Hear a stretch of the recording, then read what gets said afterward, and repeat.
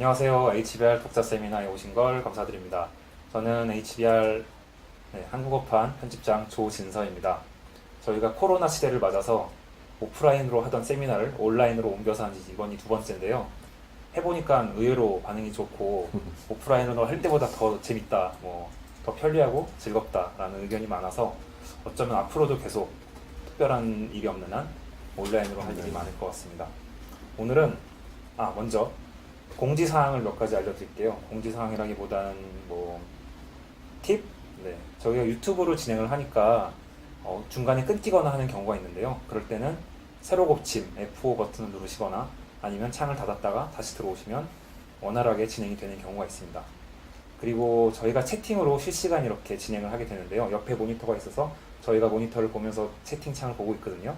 그 채팅창으로 마음대로 의견을 남겨주셔도 좋고 질문을 해주셔도 좋은데 로그인을 해야 됩니다. 일단 유튜브에 로그인을 해야 되는데 만약에 저희가 보내드린 카카오톡이나 이런 링크로 들어가셨으면 유튜브 로그인이 안 돼 있을 수 있어요. 그러니까 유튜브로 다시 창을 열어서 거기서 로그인 해주셔서 들어가면 채팅창이 나옵니다. 그렇고 또 마지막 팁은 해상도. 저희가 그 해상도를 HD 해상도로 맞춰놓고 있긴 하지만 사용자에 따라서 해상도가 좀 낮게 설정되어 있을 수 있는데요. 그런 경우에는 유튜브의 톱니바퀴 모양을 누르셔가지고 해상도를 좀 올린 다음에 보시면 좀 더 또 저희의 잘생긴 얼굴을 많이 감상할 수 있지 않을까 생각합니다. 오늘 주제는 다 알고 오셨겠지만 HBR 5유로에 나왔던 에자일 이 주제입니다. 이렇게 에자일이라고 해서 특별히 이렇게 아주 에자일하게 댄스를 하고 있는 발레리나의 모습을 지금 담은 책이고요. 데럴 릭비의 그 아티클이 있었습니다. 거기에 대해서 저희 HBR 에디터를 맡고 있는 장재웅 DBR 기자가 코멘터리를 써주셨어요. 에자일에 대한 전문가이시기도 하고 또 최근에 네이키드 에자일이라고 하는 이 베스트셀러 좋은 책이죠. 네. 훌륭한 책입니다. 의외 시장에 호의적인 반응을 얻고 있는 예상보다 또 이 두 분이 공저자시거든요. 장재웅 기자와 이재형 어니스트 펀드 실장님이 공저자셔서 두 분을 같이 모셔서 HBR에 실린 아티클에 대한 얘기도 듣고 또 여러분들이 궁금해하시는 에자일 경영에 대한 여러 가지 질문도 받고 답변을 해야 되는 시간을 갖도록 하겠습니다. 연사 소개 혹시 보여줄 수 있나요? 저희 장재웅 기자 그리고 이재영 실장님이 나오셨고요. 사실 요즘에 그 강연도 많이 다니시고 해서 기업계에서도 명강사로 두 분이 또 이름을 날리고 계시라고 기업 이름을 말해도 되나요? 괜찮습니다. 괜찮아요? 네. 다양한 곳에 이제 강연을 나가고 있습니다. 최근에 네. 엘모 그룹사의 또 네, 사장님부터 또 임원진 교육이 아니라 강연을 가셔서 그렇죠. 새벽같이 연수원에 가셔서 강연을 하시기도 하고 굉장히 잘 나가시고 계십니다. 그리고 오늘 그 말씀을 듣기 전에 저희가 좀 어떤 분들이 지금 이 방송을 보고 계신지 궁금합니다. 그래서 자기가 지금 회사에서의 직급이나 맡고 있는 책임이 어떻다는 것을 채팅창에 올려주시면 저희가 진행하는데 굉장히 도움이 될 것 같아요. 왜냐하면 주제가 에자일인데 내가 사장일 때 보는 에자일과 사원일 때 보는 에자일이 되게 다를 수 있잖아요. 그러니까 여러분들이 지금 어떤 위치에 계신지 직급, 대리, 과장, 사장 이렇게 채팅창에 올려주세요. 네, 곧 올라올 거라고 생각하고 차차 올려주실 거라고. 그러시면 간단히 오늘 소감 한마디 해주시죠. 여기 나오신. 소감. 네. 일단 에자일 강연을 최근에 많이 하고는 있는데요. 지금 이번 강연은 특히 조금 더 이 리더십에 초점을 맞춰서 원래 하버드 비즈니스 리뷰에 실렸던 글과 관련해서 실질적으로 진정한 의미의 기업을 에자일한 문화로 전환하는 게 어떤 의미가 있고 그럴 때 리더십이 어떤 역할을 해야 되는지에 대해서 좀 상세히 설명을 드릴 거고요. 한번 해주시죠. 네, 저 역시 사실은 이런 네이키드 에자일을 쓰게 된 그리고 이렇게 동아 비즈니스 리뷰나 이런 부분들을 기고하게 된 계기가 사실 리더십에 대해서 생각을 하다가 그리고 문화라는 부분들을 다룸에 있어서 리더십을 터치하지 않고는 바꿀 수 없겠다라는 생각을 하다가 그것들을 출발점으로 어떻게 보면 여기까지 온 거거든요. 그런 관점에서 이번 HBR의 기사가 반가웠고 또 저 역시 이 기사에 얹어서 한두 마디 정도 버틸 수 있지 않을까 하는 마음에 나왔습니다. 네, 그동안에 또 많은 분들이 지금 채팅창에 직급과 직책을 그러네요. 올려주시고 계십니다. 네네. 스타트업 대표, 중소기업 제조업 임원, 인사실 사원, 스타트업 프로덕트 오너. 프로덕트 오너는 PO라는 PO. 개념, 네. 아, 이고, PO. 네네. 그렇군요. 일종의 그 애자일 방법론에서 맞춰서 등장한 또 새로운 직무군 중에 하나가 아닌가 싶습니다. 그럼 네. 복복님은 이미 애자일을 활용하고 계신 아마 그러실 수도 할 있고, 수 있죠. 네. 그럼에도 불구하고 잘 안 되셔서 뭐 보시는 걸 수도 있고, 네, 네. 그러지 않을까 싶습니다. 네, 복복님 오늘 많은 의견 부탁드리겠습니다. 또 교육팀 과장으로 근무하시는 분, 스타트업 팀장님, 소프트웨어 기업 CEO, VP, VP는 네. 바이스 프레지던트 네, 맞습니다. 것 같습니다. 네. 중소기업 CEO, CFO 함께 시청 중입니다. 와, 네. 다양한 분들이 네. 기업 대표이십니다. 전략 기획하고 계십니다. 대외 협력직 실장님, 인사팀 과장님 등등. 네. 이 내용과 조금 잘 맞게 임원 분들이 꽤 많으신 것 같아요. 그래서 오히려 좀 강연 내용이 적합하지 않을까 생각을 합니다. 영사무실이면 네, 네, 네. 아, 네. 가까운 반갑습니다. 곳에. 네. 혹시 저를 어딘지 아실 수 보시거든. 있나요? 아, 네. 짐작이 가고. 짐작이 가죠. 네네. 네, 오늘 많은 선풀과 선채팅 부탁드리겠습니다. 네.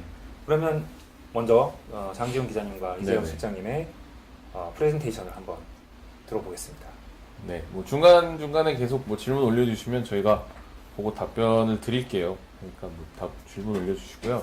일단은 이 HBR에 실렸던 아티클에 대해서 조금 설명을 드리면서 시작하는 게 좋을 것 같아요. 물론 뭐 독자분들이니까 뭐 다 보셨겠지만 또 기억이 안 날 수도 있으니까 일단은 이 HBR에 실렸던 이 최고 경영진이 만드는 애자일 리더팀이라는 기사에 대해서 조금 설명을 드릴게요. 일단 뭐 다들 아시겠지만 애자일의 기본적인 개념이나 이런 것들은 이제 대부분 아실 거예요. 근데 간략히 설명을 드리면 2001년도에 이 소프트웨어를 개발하는 미국의 이제 소프트웨어 개발자들이 모여서 애자일 매니페스토라는 거를 발표를 하면서 이제 애자일이라는 개념이 처음 등장을 하는데 그러다 보니까 기본적으로 이제 그 전까지의 소프트웨어 개발 방법론이 여기 있는 이제 워터폴, 폭포수 방식이라고 하는 거고요. 이거에 대한 대안으로 나온 게 이제 애자일인데 폭포수 방식은 그림에서 보면 알 수 있듯이 이렇게 단계별로 이 소프트웨어 개발을 진행하는 거예요. 근데 이런 이 소프트웨어 개발 방식이 한계에 부딪힌 이유가 시장의 어떤 이 변화의 속도가 너무 빨라지다 보니까 이런 단계를 다 거쳐서 정작 소프트웨어를 시장에 내놓을 때가 되면 이 시장에서는 이 소프트웨어를 쓸 이유가 없는 거예요. 이미 트렌드가 지나버린 그런 소프트웨어가 돼버린 거죠. 그러다 보니까 조금 더 시장의 변화와 소비자의 니즈의 변화에 빠르고 유연하게 대처할 수 없을까 해서 나온 게 이 애자일이라는 개념이고요. 간략하게 설명드리면 그렇고요. 그래서 이제 이런 선언문이 나옵니다.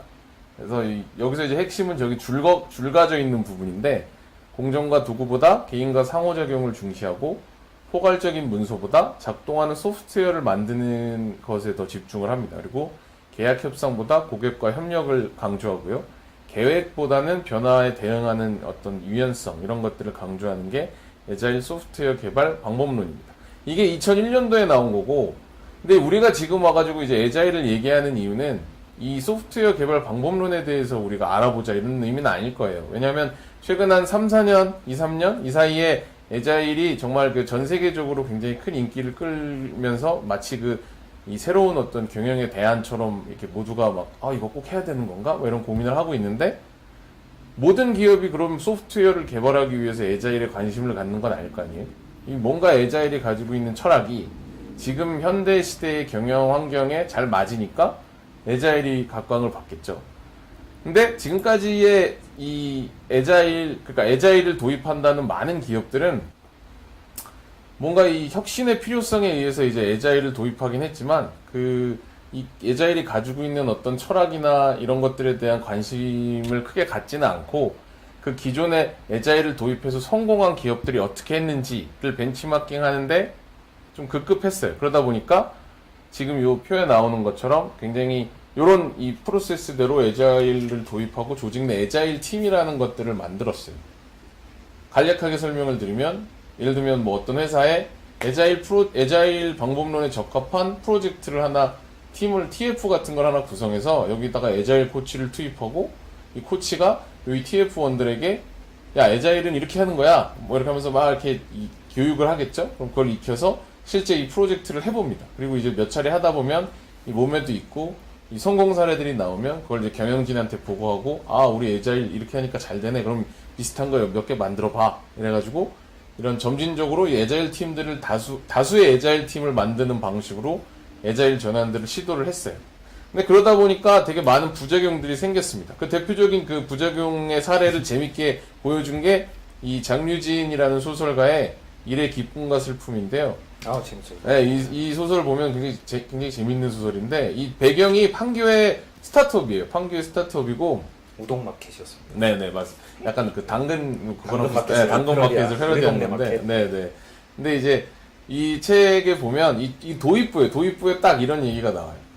이 9시에 스크럼을 해요. 대표가 자, 매일 아침 9시에 우리 스크럼 미팅 합시다. 이래가지고 사람들을 다 모아놓고 이 에자일 방법론 중에 하나인 스크럼을 하면 이제 보통 이제 아침에 모여서 이제 10분 정도 이제 스크럼 미팅을 하는데, 원래 스크럼 미팅은 이 조직의 이 구성원들이 자기가 오늘 뭘 하고, 그러니까 지금까지 뭘 했고, 오늘 뭐 할 거고, 근데 지금 이거 하는 도중에 뭐 예를 들면 이런 애로사항이 있고, 이런 서포트가 있었으면 좋겠다, 이런 거를 각자 얘기를 하고 그걸 공유하는 미팅이거든요.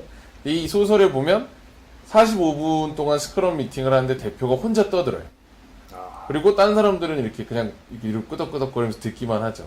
이게 전형적인 사실 에자일 조직뿐만이 아니라 모든 조직에서 하는 약간 그냥 아침 회의 같은 거죠. 아침 조회 같은 거를 하면서 그 이름만 스크럼을 갖다 붙이는 이런 일들이 되게 비일비재하게 발생을 합니다. 왜냐하면 기본적으로 에자일에 대한 이해 없이 이 소프트웨어 개발 방법론으로서 발전해온 에자일, 그리고 그거를 잘 도입한 기업들의 베스트 프랙티스를 그냥 벤치마킹 하려다 보니까 이 알맹이는 없는 그냥 약간 되게 그럴싸한 그 이름만 남은 그런 이 형태들이 많이 나타나는 거죠.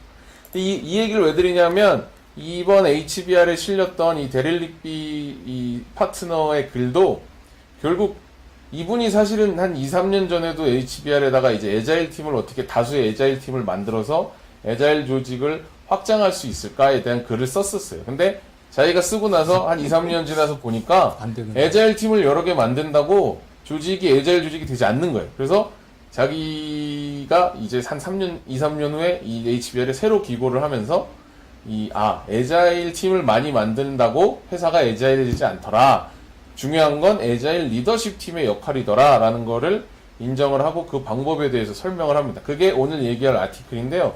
그렇죠. 실패를 인정하는 그렇죠. 자기의 실패. 네, 본인도 에자일 이제 컨설팅을 하고 에자일 기업들을 많이 이제 이렇게 리서치도 하고 뭐 가서 이제 뭐 만나보고 이러면서 내가 이렇게 써서 이렇게 컨설팅도 해줬는데 단순히 그러니까 에자일 팀을 여러 개 만드는 데는 성공했지만 결국 이 회사 전반이 에자일 조직화되지는 않았다. 에자일 기업이 되지는 않았다는 걸 스스로 인정을 한 거죠. 그러면서 거기 보면 이런 얘기가 나옵니다. 아티클. 계속해서 경쟁사보다 앞서 나가고 싶다면 에자일 팀을 많이 만드는 것만으로는 충분하지 않다. 에자일 팀을 만듦과 동시에 회사의 최고 경영자들이 에자일 원칙을 받아들여야 한다. 이게 에자일 리더 팀의 역할에 대한 얘기고요. 데럴 리피가 과거의 데럴 리피한테 얘기를 하는 거네요. 그렇죠. 네, 그렇다고 할 수 있습니다. 네. 그래서 본인이 이제 그러면서 그럼 에자일 리더 팀은 어떻게 만들고 어떻게 역할을 해야 되는지에 대해서 설명을 합니다. 근데 이제 한 줄로 딱 그 에자일 리더 팀의 역할을 설명하자면, 에자일 리더 팀은 운영의 표준화와 리스크가 뒤따르는 혁신의 추구 사이의 균형을 맞추는 역할을 해야 돼요. 그러니까 에자일을 하는 이유는 여러분 앞에도 말씀드렸지만 2017년, 18년부터 갑자기 에자일이 각광을 받기 시작한 건 혁신을 해야 되는 이 필요성이 그 어느 때보다 커졌기 때문이에요. 기업들이 혁신을 해야 되는데 지금의 우리의 가지고 있는 기업 문화나 일하는 방식으로는 이게 잘 안 되니까 뭐 대안이 없니? 다른 거 없니? 하고 찾다가 에자일이 주목을 받은 건데, 그럼 무슨 문제가 생기냐면 이 에자일 팀을 여러 개 만들면 각자의 에자일 팀은 각자의 혁신을 추구하는데 이게 이 회사의 방향성과 안 맞을 때가 많아요. 예를 들면 뭐 뭐 이를테면 식품 회사는 그 식품 회사의 각 에자일 팀들이 뭐 예를 들면 메뉴의 혁신이라든지 뭐 서비스의 혁신이라든지 여러 개의 그 혁신을 추구할 거 아니에요, 그 에자일 팀들이. 근데 이 회사가 가지고 있는 기본적인 철학이나 이런 것들이 또 있어요. 예를 들면 맛에 대한 철학이라든가 아니면 식품 안전에 대한 철학이라든가 이게 흔들리면 안 된단 말이에요. 그럼 그 사이에 균형을 맞춰주는 걸 누군가가 해야 돼요. 그러니까 얘네들은 계속 혁신의 방향으로 가는데 얘네들이 올바른 방향으로 갈 수 있도록 이 가이드라인을 정해서 잡아주는 역할을 해야 되는데 그게 이제 에자일 리더 팀이 해야 되는 거고요. 이 표는 이제 여러 가지 시스템 구성 요소들의 그 균형을 어떻게 잡아내는지를 보여주는 사례입니다. 여기서 말하는 에자일 리더 팀이라는 게 구체적으로 누가 들어가는 거죠? 그게 이제 뒤에 나오는데요. 기본적으로 에자일 리더 팀에는 거의 모든 임원들이 들어간다고 봅니다. 흔히 얘기하는 이 C레벨 임원들이 그 들어간 협의체라고 보면 됩니다. 그래서 이 뒤에 조금 이제 설명을 또 드릴 건데 네. 에자일 리더 팀은 이거 회사마다 조금 다르겠지만 기본적으로 이렇게 이 CEO를 중심으로 해서 뭐 CFO, CMO, CHRO 뭐 이렇게 여럿으로 구성된 이렇게 하나의 협의체예요. 이 리더 팀 안에서 이 전체 조직의 혁신의 방향, 그 다음에 전략 이런 것들을 고민하고, 그 다음에 이제 뭔가 개선해야 될 구성 요소들이 뭐가 있나를 진단하고, 그 다음에 이 혁신하는 에자일 팀과 실제 또 조직을 운영하는 운영부서는 항상 싸워요. 항상 원래 꼭 에자일 팀이 아니어도 사업부와 운영부서는 항상 싸우잖아요. 그러니까 이런 일이 벌어졌을 때 그걸 어떻게 효율적으로 이 운영될 수 있도록 고민하고, 그 다음에 기업 내부 말고 이제 외부의 커뮤니케이션이나 주주 관계, 그 다음에 위기 대응 이런 것들. 그러니까 회사의 전반적인 방향성에 대해서 이 회사가 에자일하게 이 회사의 전략 방향이나 이런 것들이 운영될 수 있도록 고민하고 그 방향을 잡는 이런 역할을 하는 거죠. 이제 각각의 롤이 조금씩은 달라요. 근데 이거는 이제 사실은 HBR 아티클에 나온 내용이고 이게 답은 아닌데 회사마다 다를 수 있는데 이제 이 아티클에서는 이 특정 어떤 이 식품 회사를 예를 들어서 그 유통회사죠. 예. 식자재 유통회사였나요? 를 예를 들어서 설명을 하는데 하여튼 이 사례를 통해서 조금 보면 일단 CEO는 이 리더 팀의 어떻게 보면 장이잖아요. 그래서 이 리더 팀이 에자일 철학에 맞춰서 생각하고 일할 수 있도록 이끌어요. 그리고 이 가장 중요한 건 직원들한테 우리가 왜 에자일 조직이 되어야 하는지에 대해서 지속적으로 이 메시지를 전달하고 이 철학을 이식하는 역할을 합니다. 요새 뭐 스타트업뿐만이 아니라 이제 많은 회사들이 뭐 타운홀 미팅도 하고 막 이 온라인으로 이제 CEO가 계속 이렇게 메시지를 직원들과 이렇게 소통을 많이 하잖아요. 그런 것들이 이런 거의 일환인데, 그러니까 회사가 왜 그런 방향으로 가야 되고 어떻게 바뀌어야 되는지를 계속 이해시키는 역할도 CEO의 몫입니다. 그리고 회사의 이 운영상 이슈 관리보다는 전략적 방향성을 고민하는 방향으로 임원회의 형식을 바꾼다. 이건 무슨 얘기냐면 기본적으로 그러니까 에자일 리더 팀 이전에 또 이런 임원들의 회의체는 계속 있잖아요.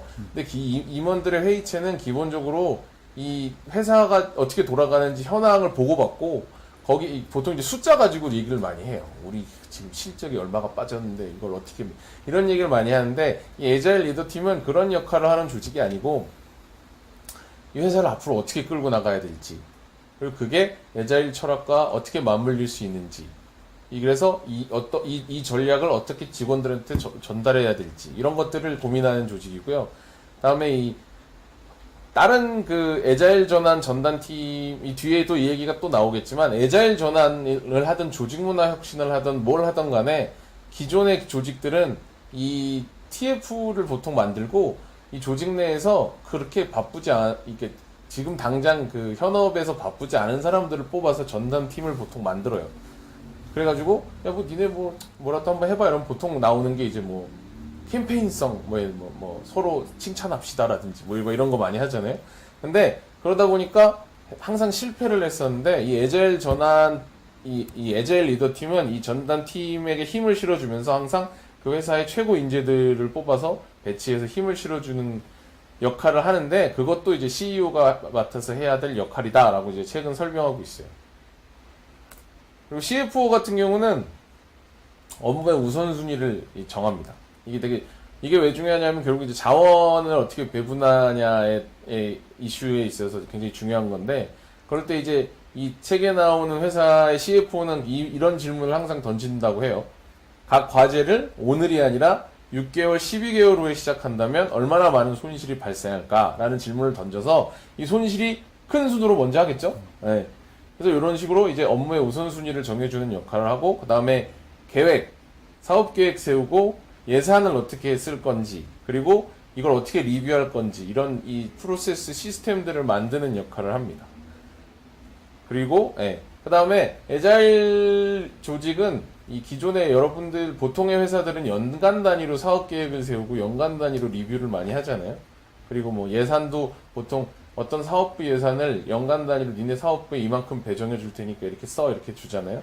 근데 이 에자일 조직은 이 보통 분기 단위로 이런 이 리뷰를 많이 하기 때문에 그런 이 분기 단위별 이 프로세스를 또 짜고 이런 역할을 CFO가 주로 합니다.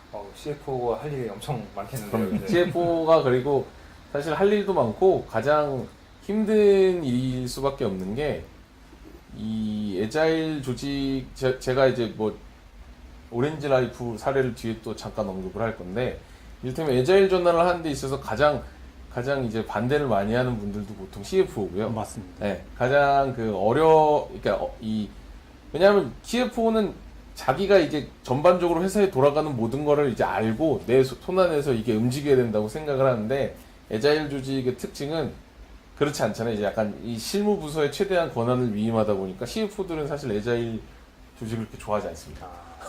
그리고 이게 진짜 현실적으로 CFO가, 특히 우리나라에서 CFO가 그간 해왔던 역할이나 이런 문화적인 배경 자체가 사실 에자일을 받아들이기 굉장히 어려운 부분도 사실 있어서 이 부분들을 어떻게 좀 더 적확하게, 좀 더 유연하게 바꿀 것인가라는 고민이 만약에 에자일을 도입하는 조직이라면 또 필요하고, 사실 에자일에 대한 다양한, 사실 이제 뭐 저희 네이키드 에자일로 인해서 어떤 경영 차원에서의 에자일 방법이나 이런 부분들도 많이 나왔는데, 이런 재무적 관점에서의 이제 고민들 여전히 좀 남아있는 숙제이긴 하거든요. 그래서 그런 측면에서의 좀 고민이나 노력은 좀 필요해 보입니다.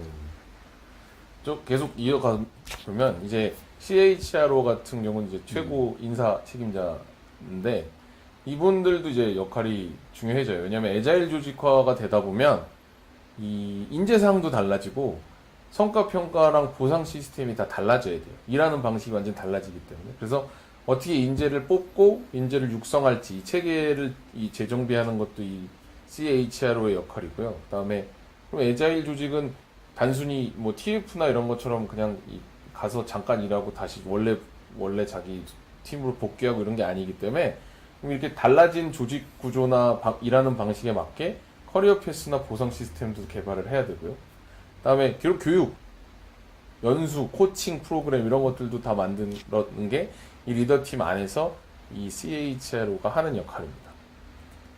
오늘 또 스타트업 인사팀 채용 조직 개발 담당 많으시네요. 오셨는데요. 네. 중간중간에 또 많은 의견과 네네네. 비판 또 부탁드리겠습니다. 네네. 계속 이어나가서 얘기를 잠깐 해보면, CIO 같은 경우는 이제 보통 에자일 조직, 어쨌든 앞에서 이 에자일 소프트웨어 개발 방법론을 표면적으로 도입했을 때 부작용을 말씀을 드렸지만, 어쨌든 간에 에자일 전환을 한다 그러면 많은 기업들이 그 조직 내 IT 관련 부서를 제일 먼저 이 테스트 베드로 삼아요. 그래서 에자일 전환을 시도하는데, 그러다 보니까 이런 IT 관련 백그라운드를 가진 임원이 에자일에 대해서 제일 잘 알죠. 그래서 오히려 되게 좀 보수적일 수도 있어요. 이를테면 국내 이제 대기업들 중에서도 에자일 전환을 오히려 에자일을 전혀 몰랐던 기업들은 에자일에 대해 좀 더 오픈돼 있는 경우가 많아요. 잘 모르니까 어차피 그냥 배워서 한번 해보자 이렇게 좀 더 오픈돼 있는 경우가 많고, 오히려 SDS나 CNS 같은 회사들은 이미 옛날에 한 번씩 해본 경험이 있는데, 그리고 실패한 경험이 있기 때문에 오히려 보수적인 경우도 있더라고요. 그래서 그거 내가 해봤는데 이미 옛날에 해본 거야, 그 옛날 거야 이렇게 접근하시는 분들도 상당히 많더라고요. 근데 어쨌든 이 리더팀 안에서 CIO의 역할은 이 에자일 리더 팀 내에 에자일 코치 역할을 하는 거예요. 왜냐하면 내가 이분이 어쨌든 이 제일 잘 아는 분이니까. 그래서 이 에자일 리더 팀 내에서 또 이 에자일 철학에 맞춰서 행동 양식 같은 게 있을 거 아니에요? 그런 그 준비 사항들 이런 것들을 규정해주고 원칙을 정해주는 거. 그래서 그거를 이제 이 사람이 역할을 하는 거고요. 뒤에 이제 이 에자일 리더 팀에 적합한 또 이 매니페스토가 있는데 그건 뒤에서 잠깐 말씀드릴게요. 그리고 CEO 같은 경우는 이제 앞에서 말씀드렸듯이 이 에자일 팀과 비에자일 팀 간에 또 예를 들면 뭐 운영 부서 간의 어떤 이 의견이 상충되는 부분이나 그 다음에 이 기존의 이 운영 조직과 새로 이제 혁신하는 에자일 팀과의 어떤 그러니까 이 내규가 이 조직이 일하는 방식이 안 맞을 때 그걸 어떻게 해결할지 이런 것들은 CEO가 주로 하는 역할이다라고 말씀을 드릴 수 있고요. 최고 마케팅 책임자는 우리가 기본적으로 생각하는 그 마케팅 영역을 좀 넘어서서 실제 그 시장에서의 전략적 기회를 파악해서 우선순위를 결정할 수 있도록 약간 그 마케팅 데이터를 지원해주는 역할을 한다고 하더라고요. 그래서 이 밑에 보시면 뭐 그런 백데이터를 제공해주는 것도 이제 CMO의 역할이다라고 돼 있는데 앞에서 설명을 드렸듯이 이 각각의 역할은 이 회사의 사례를 보여드리는 거고요. 꼭 이게 정답은 아니에요. 근데 중요한 건 뭐냐면 이 에자일 전환에서 에자일 실무팀을 많이 만드는 것보다 더 중요한 게 이 에자일 리더팀의 존재고 이 에자일 리더팀이 결국은 이 에자일 철학을 제대로 이해하고 이 자기네들이 이 리더팀 내에서 일을 할 때 그 에자일 철학에 맞춰서 일을 하는 게 되게 중요해요. 그러니까 어떤 역할을 하는지도 중요하지만 제일 에자일을 잘 이해하고 있는 건 에자일 리더팀이 돼야 된다라는 게 이 지금 아티클의 핵심 내용이고요. 이 아티클에서 이 에자일 리더팀이 지켜야 할 매니페스토로 크게 4개가 있는데 앞에 제가 설명드렸던 에자일 선언문을 약간 각색한 거예요. 이 리더팀에 맞게. 그래서 읽어보시면 될 것 같고 그 다음에 이 에자일 리더팀 내에서 통용되는 에자일식 리더십을 최근 이렇게 규정을 하고 있어요. 신속한 피드백을 보편화해야 된다. 그래서 이 실제 요 책에 나오는 사례를 보면 아까 제가 스크럼 미팅 말씀드렸잖아요. 예를 들면 뭐 스쿼드면 스쿼드 안에서 막 그 스크럼 같이 하는 사람들끼리 이렇게 하는 미팅을 이 책에 나오는 사례는 이 실무진에서 하고 그걸 위에 올려서 사업부에서 하고 그 아침마다 10분씩 해서 결국 에자일 리더팀과 각 사업부의 또 장들이 모여서 아침에 한 10분, 15분 정도 이 책임자들과 만나서 매일 얘기를 하고 그럼 내가 리더로서 오늘 해야 될 의사결정이 뭔지 해결해야 될 장애물이 뭔지 이런 것들을 보고 이렇게 책임자들이 이런 문제가 있고 이런 의사결정을 해줘야 된다고 하면 그거 그때 신속하게 의사결정을 하는 게 특징인데 이런 역할을 해주는 게 이제 에자일 리더십 팀의 역할이다라고 할 수 있고요. 그 다음에 단순히 지시하기보다는 코칭 중심으로 해서 예전처럼 이렇게 딱 앉아서 우리는 임원이니까 자 와서 보고하고 이거 이렇게 해 라는 이런 방식이 아니라 같이 이제 논의를 하고 상대방 이렇게 직원들의 잠재력을 끌어올릴 수 있는 방법으로 커뮤니케이션 하는 방법을 좀 바꿔야 된다라는 거랑 앞에 설명드린 것처럼 임원들의 그 업무 이렇게 임원 회의체의 기본적인 기능은 이 보고 중심이 아니라 이 업무 논의 그리고 큰 그림을 그려서 전체적인 조직의 방향성을 그릴 수 있는 방향으로 가야 된다라고 할 수 있겠습니다. 그래서 이게 이제 그 글은 이제 그렇게 끝나는데 이 사례를 보고 가장 먼저 뭐 다양한 에자일 전환 기업 사례들이 뭐 네이키드 에자일 책에도 나오고 뭐 저희 DBR에도 나오고 이러지만 그 제일 먼저 떠올랐던 게 오렌지 라이프였던 것 같아요. 한 2달 정도 전에 이제 제가 취재를 해서 썼던 기사인데 오렌지 라이프가 되게 대표적으로 에자일 리더 팀이 처음부터 역할을 제대로 해서 이 회사가 전사적인 에자일 전환에 성공한 사례예요. 그러니까 몇 가지 핵심을 좀 짚어보면 오렌지 라이프가 좀 어떤 회사인지 먼저 좀. 오렌지 라이프는 뭐 다 아시겠지만 그 예전 그 ING 생명이 이제 오렌지 라이프로 이름을 바꾼 거고요. 그 생명보험 회사입니다.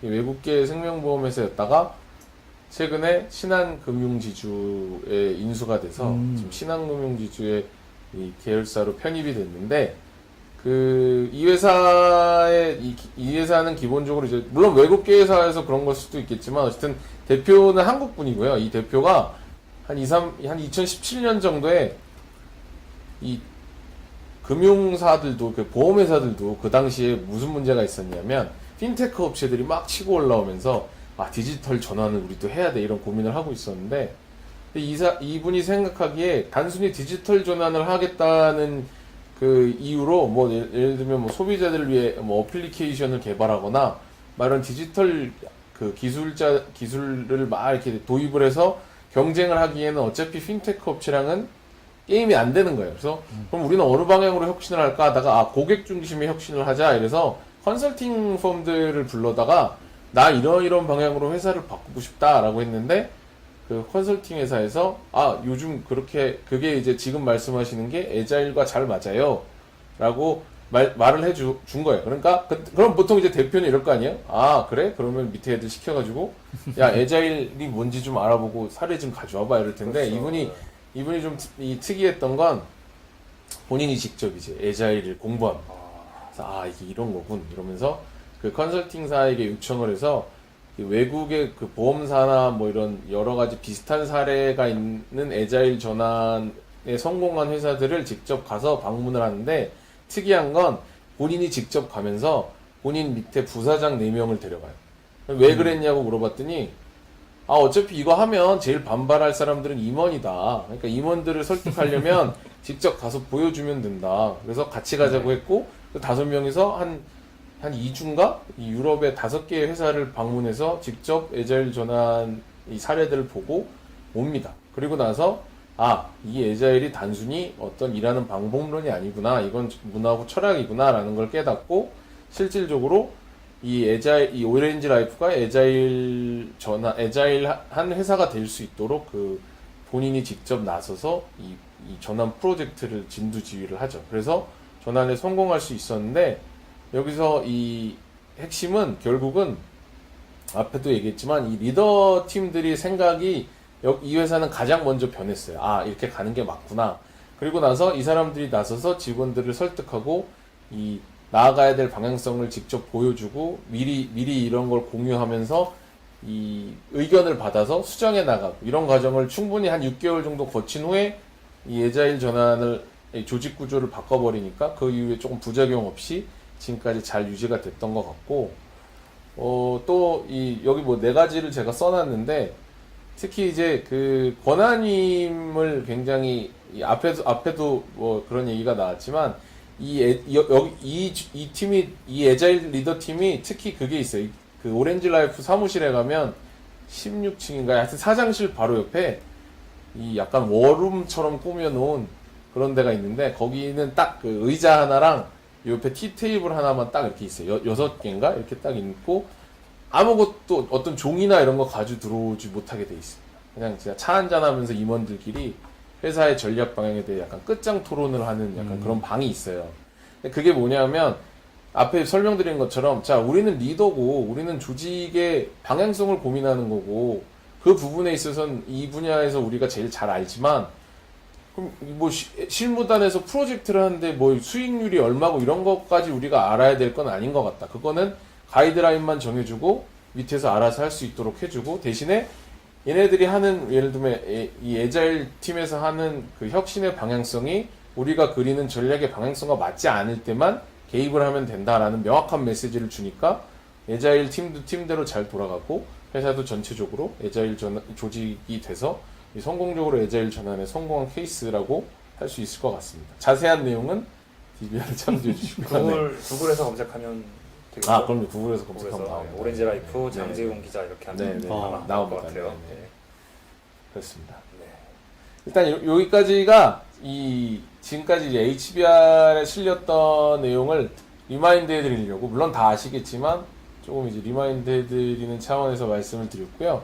자 그러면 이제 조금 이제 이 아티클을 기반으로 해서 저희가 하고 싶은 얘기를 조금 더 드릴 텐데 지금까지 하신 내용 중에 뭐 궁금한 점 있으면 채팅으로 올려주시면 되겠습니다. 네네. 일단 뭐 진행을 하면서 또 채팅이 올라오면 시간이 좀 걸리더라고요. 그 답변을 드릴게요. 네.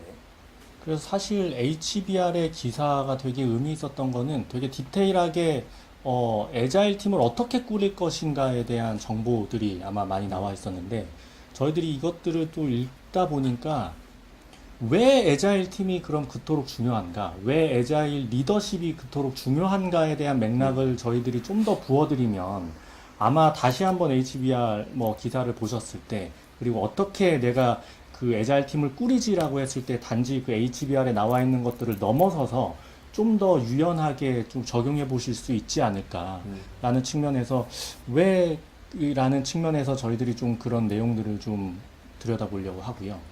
네.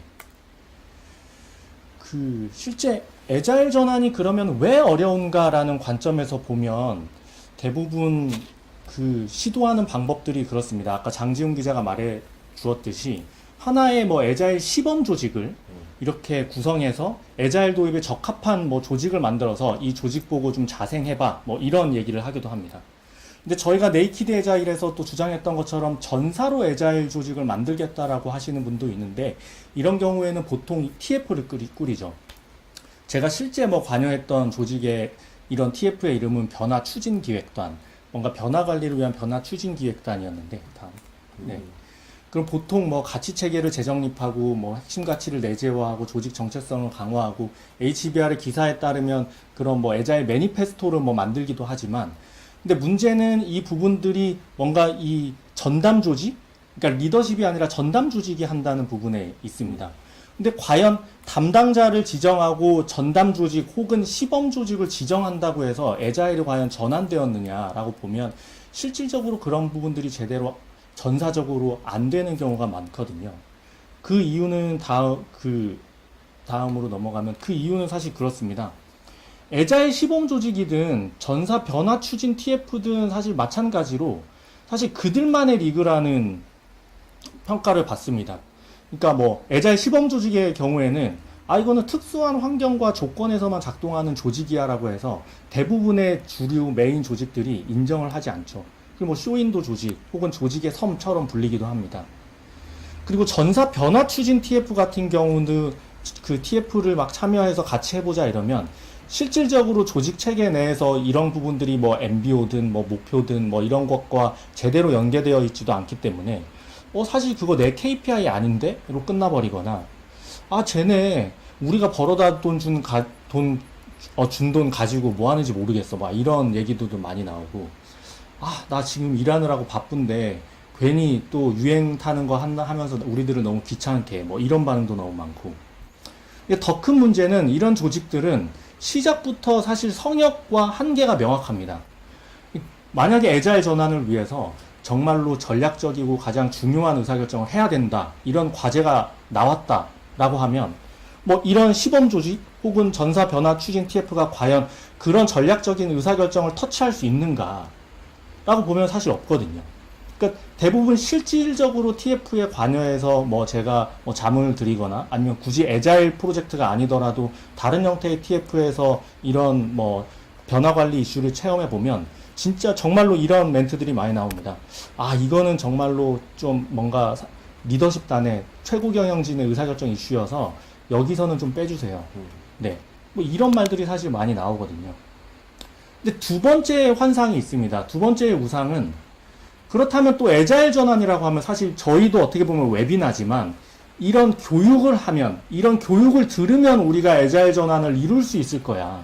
그래서 애자일 전문가가 나와서 오프라인 강의를 하고 혹은 이런 것처럼 웨비나를 하고 더 나아가서는 실질적인 뭐 TF 프로젝트에 참여해서 포커스 그룹 인터뷰를 하고 워크숍을 하고 커뮤니케이션 캠페인을 진행합니다. 근데 과연 이것만 한다고 해서 이것을 우선시 한다고 해서 애자일 전환이 제대로 이루어지는가라고 보면 실질적으로 좀 모순된 지점들이 있습니다. 한번 보시면 저희들이 애자일 전환 추진 노력은 뭔가 리더십 팀원을 교육하고 뭐 여러분들도 이걸 듣고 계시죠. 또 워크숍을 하고 캠페인을 하고 또 스터디 그룹을 조직해서 뭔가 우리 애자일 전환해야 되지 않겠니? 이런 이야기를 하지만 그것과 별개로 엄연히 현실적인 조직 운영 시스템이 존재합니다. 뭔가 목표 KPI를 개인으로 어떻게 하면 연계할 것인가, 또 정규 분포에 따라서 상대평가를 하는 시스템은 그대로이고 또 개인별로 보상도 차등화되어 있는 것도 여전히 그대로이고 뭔가 효율을 항상 강조하면서 통제를 강력하게 하는 부분들의 문화 역시도 그대로입니다. 근데 왜 이런 부분들이 문제가 될 수 있느냐라는 관점에서 보면 분명히 조직 운영 시스템을 그대로 둔 채 우리가 교육과 캠페인과 뭔가 부드러운 방법론으로만 뭔가 바꾸려고 했을 때 그런 부분들이 안 되는 이유가 있습니다. 사실 전형적으로 마이크로소프트 이슈인데요. 이 재밌는 이 일러스트는 사실 마이크로소프트의 예전 뭐 스티브 발머 시절의 조직도를 그 미국의 뭐 유명한 일러스트레이터가 이렇게 희화화해가지고 좀 그려놓은 겁니다. 그러니까 조직 내부에서 서로 총질을 하고 있죠. 근데 이 총질하는 문화, 사실 애자일 전환, 협력과 그 배양을 강조하는 애자일 조직 문화랑 잘 안 맞는 문화가 사실은 마이크로소프트의 과거 문화였는데 이게 어디에서 비롯된 것인가를 보면 사실은 이런 제가 방금 말씀드렸던 뭐 정규 분포에 의해서 상대평가를 했던 이런 조직 운영 시스템에 근거한 것이라는 거죠. 실제 뉴로 리더십 센터라는 곳에서 이제 뇌과학적으로 접근한 결과 이런 스택 랭킹이 구성원 간의 과도한 경쟁과 갈등을 유발해서 경직된 분위기를 조성해서 정말 생산성과 몰입을 방해하는 결과로 나타났다. 뭐 이런 이야기를 하는 거죠. 그러니까 결국에 우리가 이런 구조적인 시스템을 내버려둔 채 아무리 교육과 이런 우리 잘해보자, 우리 협력하자, 우리 애자일 전환을 위해서 어떻게 노력해볼까라는 교육과 뭐 이런 그러니까 교육과 조직 개발을 우선시하는 부분들이 정말로 조직 운영 체계랑 또 맞닿아 있지 않으면 또 고려하지 않으면 문제가 또 될 수 있다는 거죠. 그러면 또 네네. 예, 먼저 질문이 좀 몇 개 올라와서요. 아 네네네. 홍승민님께서 물어보신 거는 직원들이 이런 체계에 되게 부정적인 상황에서 어떻게 해야 될지, 그리고 밑에 최승필님은 본인이 CEO신데 CEO는 관심이 없어. 네네. CEO인 내가 어떻게든지 이걸 이끌어 가고 싶어. CEO 겸 CFO 겸 CHRO 역할까지 다 하고 계시는데 그럼 이분이 실질적으로 대표 아니에요? 네, 이분이 다. 예, 그래서 제 생각에 아마 이 CEO님이 한번 꼭 들어보셨으면 하는데, 근데 방금 말씀 주신 질문들은 사실 저희가 하고자 하는 이야기들이랑 또 맞닿아 있어서 오히려 저희들이 쭉 말씀을 드린 다음에 마지막에 좀 그 질문들을 좀 리스트업해서 네. 또 이렇게 좀 이야기를 해도 좀 재밌을 것 같습니다. 네네. 이 질문들은 이제 나중에 네네. 더 설명드리고. 네네. 왜냐하면 그 바로 다음에 이야기하는 부분들이랑 또 다 연결이 되는 부분인 것 같아서. 네네. 네. 알겠습니다. 그래서 제가 방금 전에 사실은 아무리 교육 그러니까 애자일 전환 추진 노력을 한다고 하더라도 사실 현실적인 조직 운영 시스템까지 터치할 생각을 하지 않으면, 이런 체계나 구조까지 바꿀 생각을 하지 않으면 또 힘들 수 있다고 말씀드렸는데, 그럼 또 자연스럽게 이런 노력들이 나옵니다. 아, 그러면 우리가 구조를 만들면은 이런 애자일한 전환을 빨리 할 수 있을 거야. 이래서 실질적으로 제가 관여하는 스타트업, 뭐 어니스 펀드가 아니라 좀 자문하는 스타트업 가운데도 우리 피자 팀을 도입하고자 해요.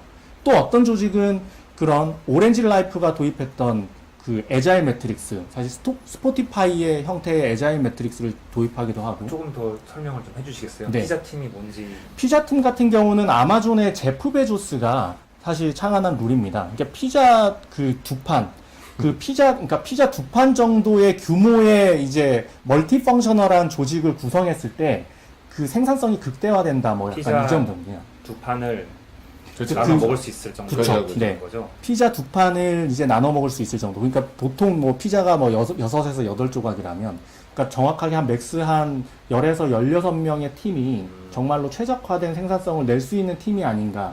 약간 이런. 그럼 저기 아메리칸 사이즈로. 그렇죠. 그렇죠, 그런가 봐요. 그렇죠. 한국 피자로 한판 그렇죠. 주시잖아요. 네, 네, 네. 판이죠 한국에서. 네. 네, 그렇죠.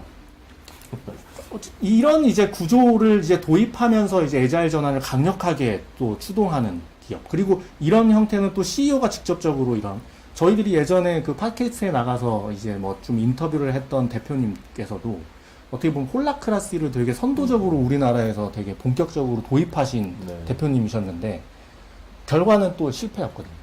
네. 그럼 이 부분들이 왜 또 실패했느냐? 근데 우리가 조직을 사실 바꾼다고 해서 당장 사람과 그런 문화와 사실 그런 맥락들이 모두 바뀌는 건 또 아닙니다.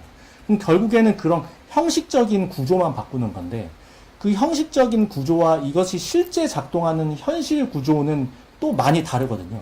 그러니까 우리 결국에는 우리가 애자일을 그 방해하는 문제들을 풀기 위한 거고, 애자일 전환이라고 하는 것도 사실은 여러분께서 슬라이드에 보시는 이런 문제들을 어떻게 하면 풀어볼까라는 관점에서 사실 나오는 것입니다.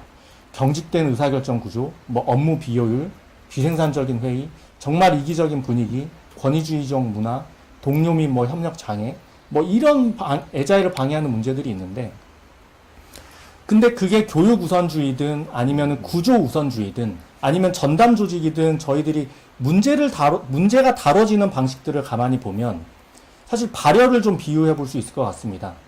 그러니까 많은 경우에 우리가 아파서 열이 나면은 그 열 자체가 문제가 되는 게 아니라 어떤 질병이 걸렸기 때문에 사실 열이 나는 거거든요. 그렇죠. 근데 사실 우리는 대부분 그 평면적으로 해석해서 열이 나는 것 그 자체를 어떻게 내릴 것인가. 그렇기 때문에 그냥 해열제 정도 처방하고 마는 것이죠. 그러니까 우리가 벤치마크를 아무리 한다고 한들 우리가 표면적으로 보이는 부분들을 아무리 보고서 터치하고 그대로 따라 하려고 한들 그거는 사실 근본적인 해결책은 아니지 않을까라는 측면입니다. 때문에 저희들이 다시 한번 이야기하는 거는 그 문화에 대해서 생각해야 된다. 애자일 전환이라고 하는 것은 결국에는 문화에 대한 전환인데 그 저희들이 이야기하는 문화는 그냥 추상적이고 뭔가 그 잘 손에 안 잡히는 것이 아니라 사실 조직의 리더십과 전략과 뭐 프로세스와 그러니까 경영의 모든 요소가 총체적으로 반영되어서 나오는 결과로서 그 결과로서가 곧 문화다라는 측면에서 애자일은 문화다라고 하면 사실 그럼 우린 결국에는 문화주도의 전환을 해야 된다고 말씀을 드리고 싶은 겁니다. 그러니까 이 경영의 모든 요소들이 뭔가 구조를 우선해서 교육을 우선해서 조직 개발을 우선해서 전담 조직을 시켜서 뭔가 TF에서 그 안에서 전략을 짜서 혹은 그 시범 조직들이 끌고 가는 부분들이 아니라 이 전사적인 이 모든 총체적인 요소들이 조금씩 같이 이동하면서 가능하다. 여기서 핵심적인 질문이 나오는 거죠. 그럼 일련의 이 모든 요소들을 같이 움직일 수 있는 힘은 그 권한은 그 책임은 과연 누가 가지고 있는가, 누가 할 수 있는가라는 질문에서 결국은 리더십이고 최고 경영진이고 그렇기 때문에 애자일 리더십 팀이 중요하다는 말씀을 드리고 싶은 것입니다. 그래서 결국 애자일이 문화라면 그 문화는 곧 리더십에서 출발한다. 그 리더십에서 이런 전략적인 요인들을 다루고 그런 부분들이 다시 문화를 너칭하고 이런 것들이 선순환 구조를 통해서 다시 뭐 바텀업으로 이어지면서 이 통합이 된다라는 측면 때문에 문화를 바꾸려면 우리가 성역이 없어야 되는 관점. 그렇기 때문에 다시 한번 애자일 전환에 있어서는 애자일 리더십이 필요하다라는 측면인 것입니다. 예, 말씀 잘 들었습니다. 그동안 또 질문이 또 올라왔습니다. 참치 김밥 라볶이님께서 그 피자 두 판의 맛있겠네요. 법칙 비슷한 건가? 한국에서는 참치 김밥 김밥 한 줄을 라볶이였지. 나눠 먹는. 네, 경쟁을 통해서 효율성이 발생하는 건 이론적으로 또 현실적으로 타당하다고 생각합니다.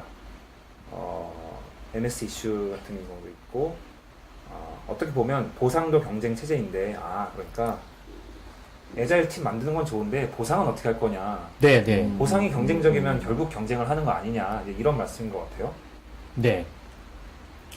일단 경쟁을 통해 효율성이 발생한다는 거는 맞는 말씀이죠. 근데 이제 경쟁의 대상이 누가 돼야 되는가를 잘 생각을 해야 되는 것 같아요. 맞습니다.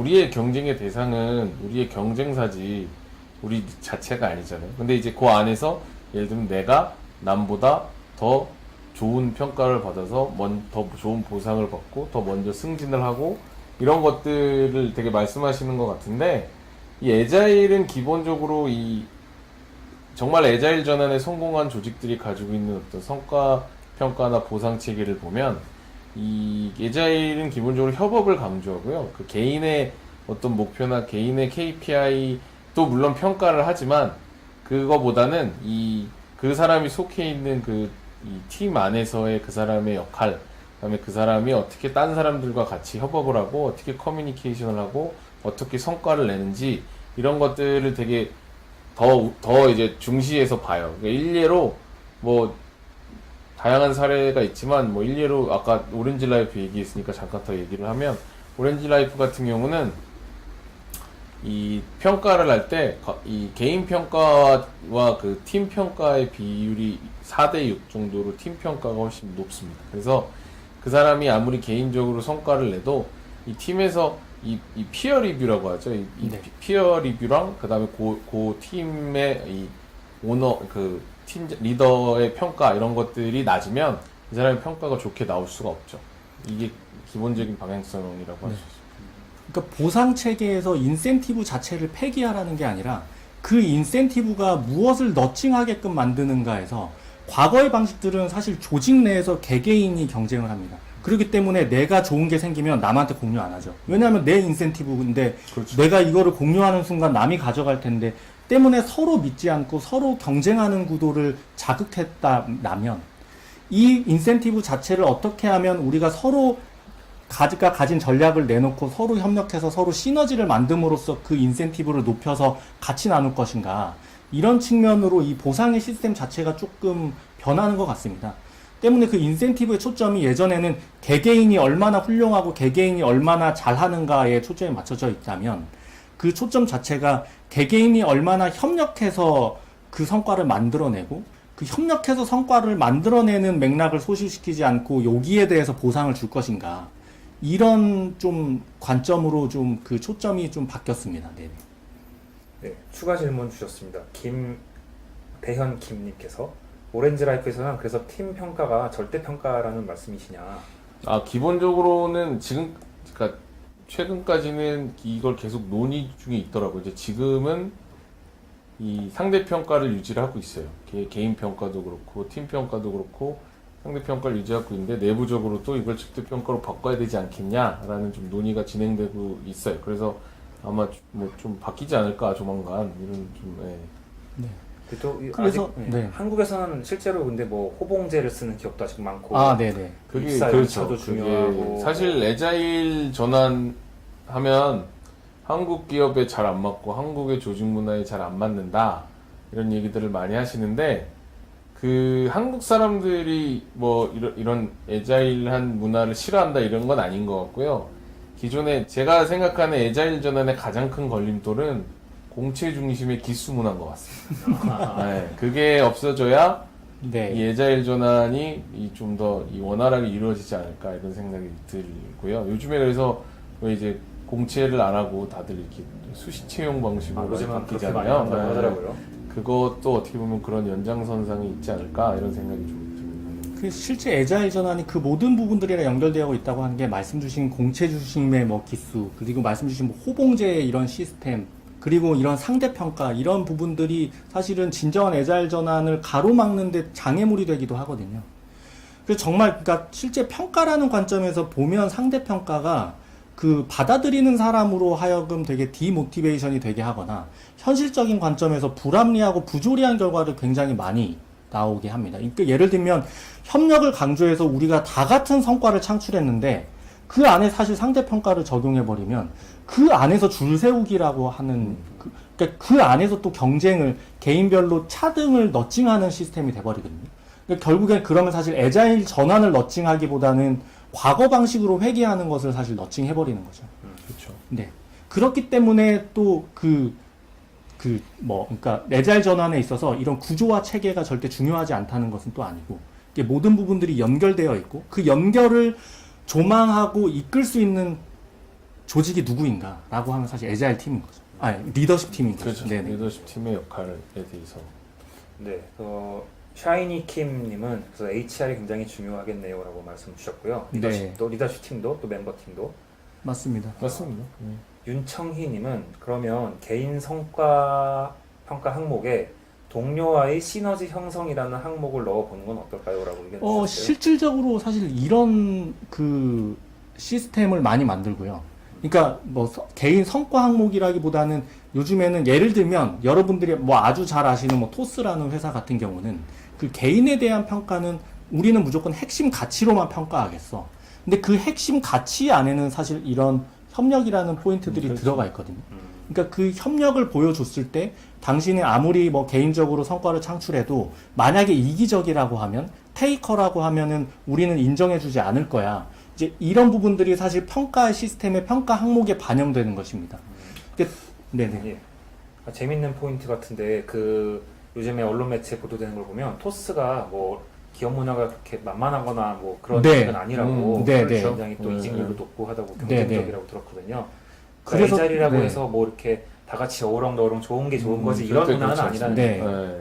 그래서 실제 토스가 또 가장 따라하고자 하는, 뭐 따라하고자 하면 기분 나빠질 수 있지만 사실 만약에 벤치마킹을 했다 하면 가장 상징적인 회사가 넷플릭스라는 회사인데, 넷플릭스라는 회사의 실제 분위기를 들어보면 그런 압박, 성과에 대한 압박과 프레셔가 어마어마합니다.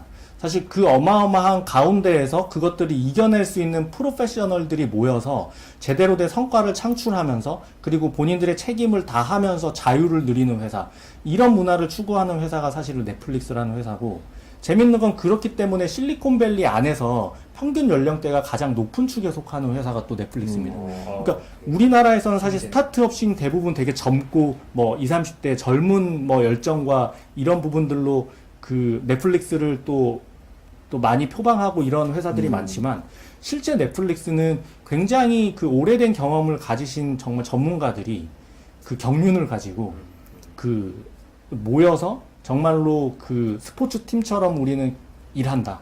그 과정에서 사실은 그런 문화, 새로운 그렇죠. 문화를 만든 거죠. 토스도 뭐 네. 사실 저도 그 기사를 봤어요. 뭐 토스가 뭐 예를 들면 뭐 굉장히 뭐 수평적인 조직 문화 뭐 이런 걸 표방하지만 실질적으로 이직률도 높고 뭐 조직원들이 뭐 불만이 많다 뭐 이런 기사를 봤는데, 사실 좀 잘못 접근하고 있다라고 저는 생각을 했거든요. 뭐냐면 기본적으로 토스도 넷플릭스의 방식처럼 최고의 인재들을 표방을 하고 최고의 인재들을 모아서 최고의 대우를 해주고, 대신에 우리가 생각하는 기준에 맞지 않으면 바로바로 이렇게 솎아내는 그런 거를 추구하기 때문에 사실 토스 같은 회사는 기본적으로 이직률이 높을 수밖에 없습니다. 그러니까 토스가 잘못 접근한 게 아니라 기사가 잘못 그렇죠, 접근했다. 그렇죠. 네. 기사 자체가 토스랑 조금 감정이 안 좋은 분이 쓰신 것 같아요. 그럴 수 있죠. 네, 아닐 수도 있고. 사실 그런 부분들을 이제 명징하게 표방한 사실 회사가, 그러니까 색깔을 분명하게 하는 회사가 또 토스라는 회사인데, 이제 저희들이 사실 생각해 볼 지점이 이제 두 가지 지점은 또 있는 거거든요. 저희들이 애자일 철학이라는 관점에서의 또 생각해 볼 지점이 토스라는 회사를 보면서 하나가 있고, 또 하나는 우리나라의 노동 뭐 법적인 리거적인 현실. 그렇죠. 네네. 사실 우리나라는 미국처럼 그렇게 그 노동 환경이 유연한 환경은 아니기 때문에 이 토스가 하는 그 철학과 토스가 표방하고 넷플릭스를 표방하고자 하는 그런 포인트들이 사실 우리나라의 어떤 그 제도적인 현실에서 보면은 진짜 레디컬해 보일 수 있거든요. 그런 부분이 하나 있고, 두 번째는 애자일 철학적인 관점에서 저희들이 그 뭐 네이키드 애자일에서도 사실 외적 동기부여보다는 내적 동기부여에 좀 더 포커스를 해야 된다라고 하지만, 어쨌든 토스가 다양한 채용과 또 빠른 성장을 위해서 보상이라는 부분들을 강조하고, 또 이 부분을 엄청나게 큰 이제 메리트로 홍보도 하고 또 가지고 가다 보니, 이것이 사실은 너칭하는 것이 애자일 철학에서 내적 동기부여라는 외적 동기부여가 또 많기 때문에 그런 부분들을 또 바라보고 오히려 그런 부분들에 포커스해서 오신 분들은 아마 빨리 아웃되실 가능성이 높습니다. 네네. 그거는 사실은 트리거일 뿐이거든요. 그러니까 토스의 진정한 바람은. 근데 다만 토스가 어떻게 보면 그 현실적으로 어쩔 수 없이 택하는 방법이기도 하면서, 두 번째로는 그렇기 때문에 겪고 있는 부작용이기도 하다고 생각합니다, 저는. 네, 알겠습니다. 아까 말씀하신 내용 중에 또 그 나이 얘기가 나와서 또 방송을 보고 계시는 40대, 50대, 60대 네, 분들에게 네. 힘이 되길 바라며, 애자일에 맞는 인재는 나이 많은 인재일 수도 있다. 네. 이런 좀 과장을 해보면서 네, 네. 네. 네.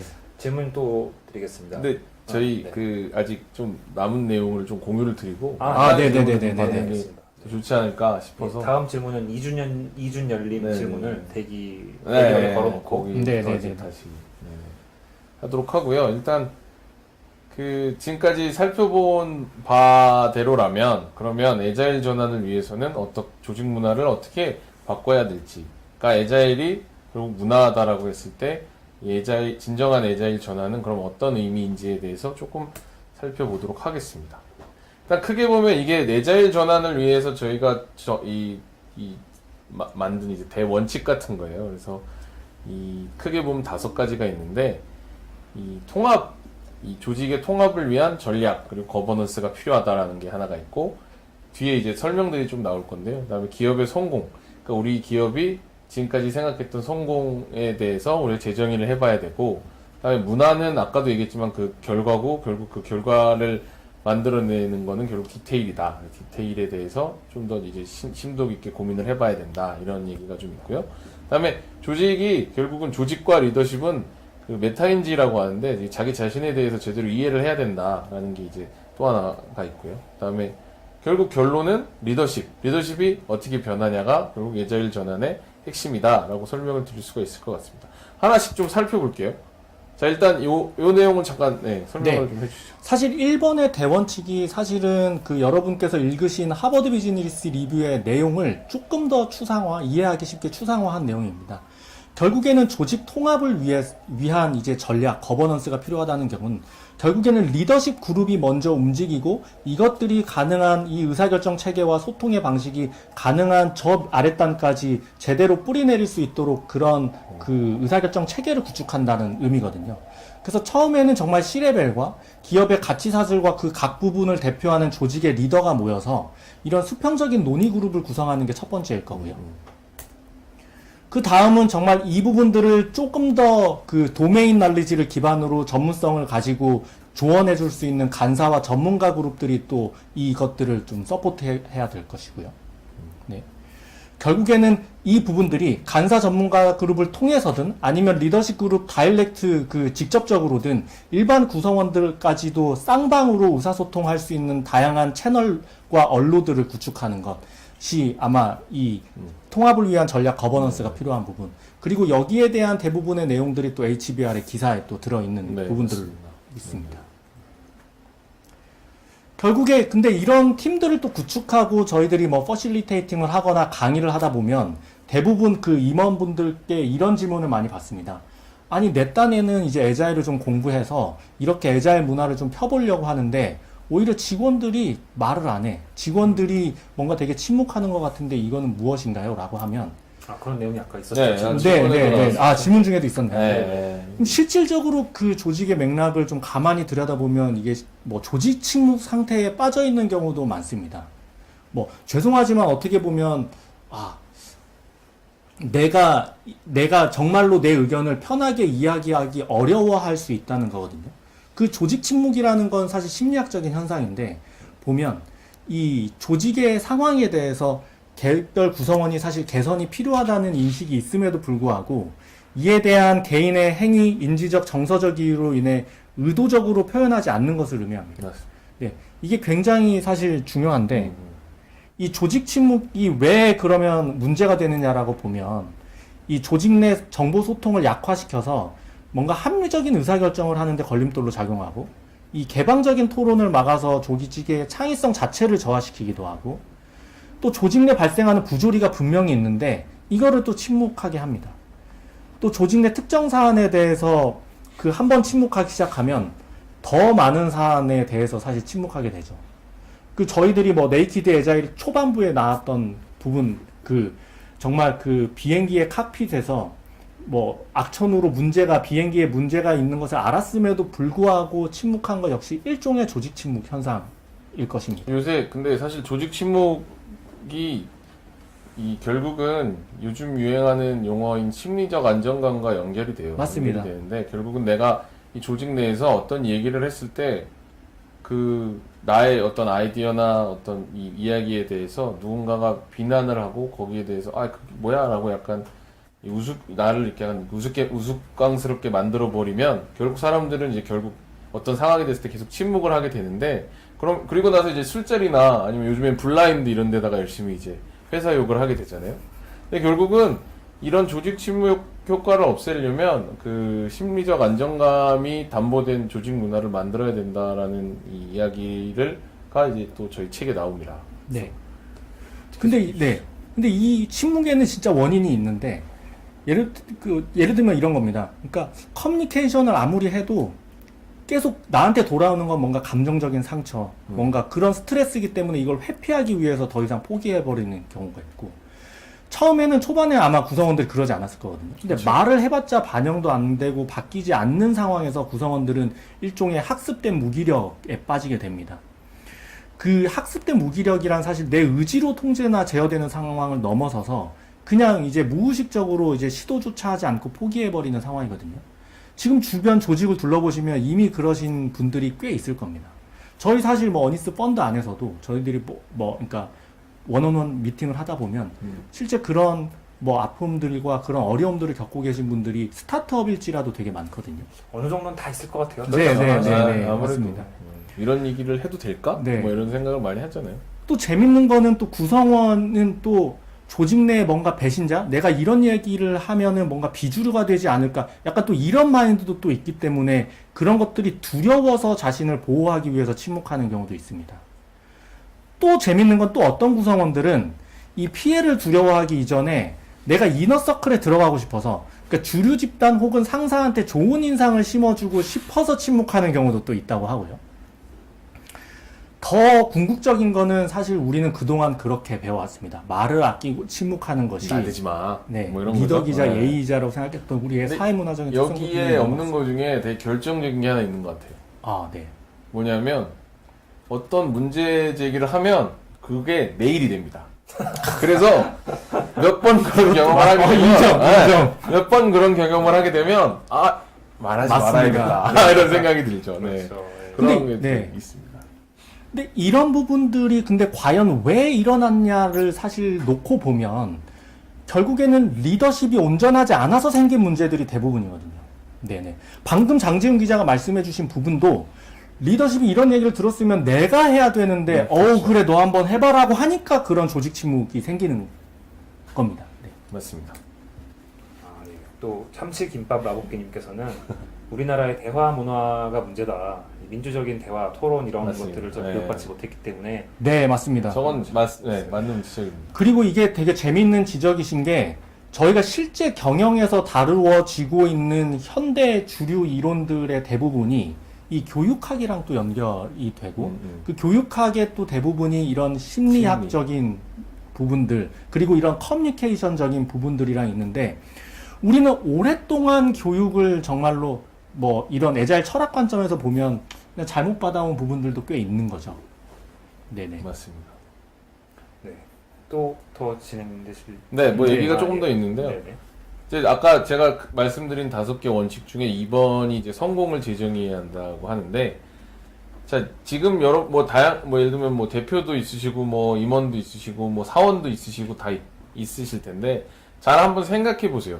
조직 내, 내가 지금 다니는 회사에서 성공은 어떤 의미일까를 생각해 보면, 보통은 아마 대부분 이런 걸 거예요. 이 조직 내의 성공은 내가 내 옆자리에 있는 내 동료보다 좋은 이 평가를 받아서 더 먼저 승진하고 더 많은 연봉을 받고 그래서 먼저 임원을 달면 그게 조직 내 성공이라고 생각하시는 분들이 많을 거예요. 근데 이 문화 주도의 전환이라고 할 수 있는 에자일에서의 성공은 에자일에서의 성공이 그런 방향으로 가게 되면 앞에 저희가 그림으로 보여드렸던 서로 총질하는 문화가 될 수밖에 없죠.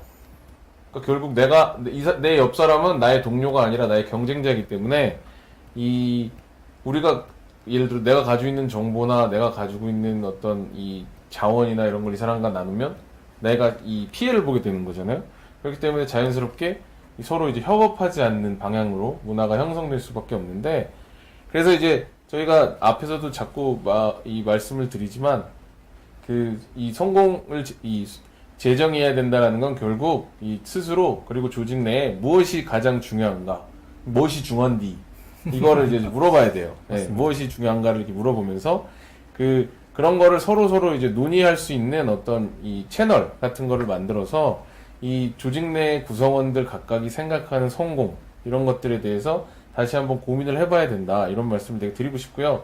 특히 이 재무적 성공에만 너무 이제 몰두해 있는 대부분의 기업들이 그런데 이 재무적 성공 외에 비재무적 성공에 대한 의미 이런 것들도 이 같은 선상에서 좀 논의가 돼야 되고 이 뒤에 보면 이제 마이크로소프트 사례가 나와요. 근데 마이크로소프트의 사티아 나델라 CEO가 2014년에 마이크로소프트의 3대 CEO가 되면서 여러 가지 일을 해요. 뭐 나의 역할은 CEO의 C는 컬처고 나의 역할은 문화를 바꾸는 겁니다. 이러면서 굉장히 여러 가지 일을 하는데 뭐 이를테면 그 뭐 조직 구조도 바꾸고 뭐 조직 내부의 어떤 이렇게 뭐 문화나 이런 자기 사업 핵심 사업들도 이제 재정의하고 하지만 이 사람이 한 것 중에 제일 인상 깊은 게 바로 이 마이크로소프트의 성공에 대해서 이 사람이 정의를 다시 내립니다. 이 사람이 이렇게 얘기를 해요. 성공은 손익계산과 관련된 것이 돼서는 안 됩니다. 성공은 개인의 질적 성공에서부터 시작해야 합니다. 개인적으로 모든 사람이 자신의 역할과 삶에서 성장한다면 하나의 조직으로서 우리도 성장합니다. 우리는 스프레드시트를 뛰어넘어야 합니다. 이게 이제 앞에서 제가 설명드린 재무적 성공 외에, 그러니까 스프레드시트에 나와 있는 재무적 성공 외에 비재무적 성공에 대해서도 고민을 해야 되고, 결국 그렇게 봤을 때 마이크로소프트에서의 성공은 모든 조직원들이 성장 마인드셋을 갖는 것이다 라고 이 사람이 정의를 내립니다. 이 성장 마인드셋에 대해서 좀 설명을 해주시죠. 그러니까 성장 마인드셋이라고 하는 건 역시 여러분들께서 반드시 기억하셔야 되는 부분인데, 그러니까 결국에는 뭐 내가 내 스스로의 현실에 처한 상황들을 객관적으로 조망해서 여기서 나의 강점, 나의 약점 이런 부분들을 충분히 확인한 다음에 내가 더 성장할 수 있다는 믿음, 그리고 그 믿음에 기반한 실질적이고 구체적인 전략과 프로세스를 스스로 만들어서 계속 실험하고 또 부족한 부분들을 채우고 이런 과정들을 반복하면서 실제 성장하는 개념입니다. 결국에는 근데 중요한 것은 이거거든요. 나는 과연 성장할 수 있는가? 인간은 과연 변할 수 있다고 믿는가? 그 믿음이 정말로 큰 차이를 만들어낼 수 있다는 측면이고, 실제 스탠포드의 이제 캐롤 드웨교수가 이제 뭔가 정의 내린 이제 이 그로스 마인드셋이라는 이 개념이 정말 교육학뿐만이 아니라 뭐 실리콘밸리 사실 전역에서 사실 강조되고 있는 인재상에 필요한 인재상에 이제 녹아 있는 이제 마인드셋이라고 할 수 있습니다. 네. 네. 그렇기 때문에 사티아 나델라를 보면 그렇다고 해서 정말로 추상적으로 모든 사람들이 그로스 마인드셋만 가지세요 이렇게 이야기한 것이 아닙니다. 이게 그런 변할 수 있다는 믿음을 가지고 재무적인 측면에 있어서도 완전히 새로운 부분들을 이제 이야기를 했거든요. 그러니까 모바일 결국 클라우드 퍼스트라는 전략인데, 아까 전에 질문해 주신 분 중에, 그러니까 우리 CEO는 정말로 생존을 너무 강조한 나머지 이 애자일에 대해서든 애자일 전환이든 이런 철학에 대해서든 뭔가 관심이 없다라고 하는데, 그렇다고 사티아 나델라가 생존을 생각하지 않은 것이 아닙니다.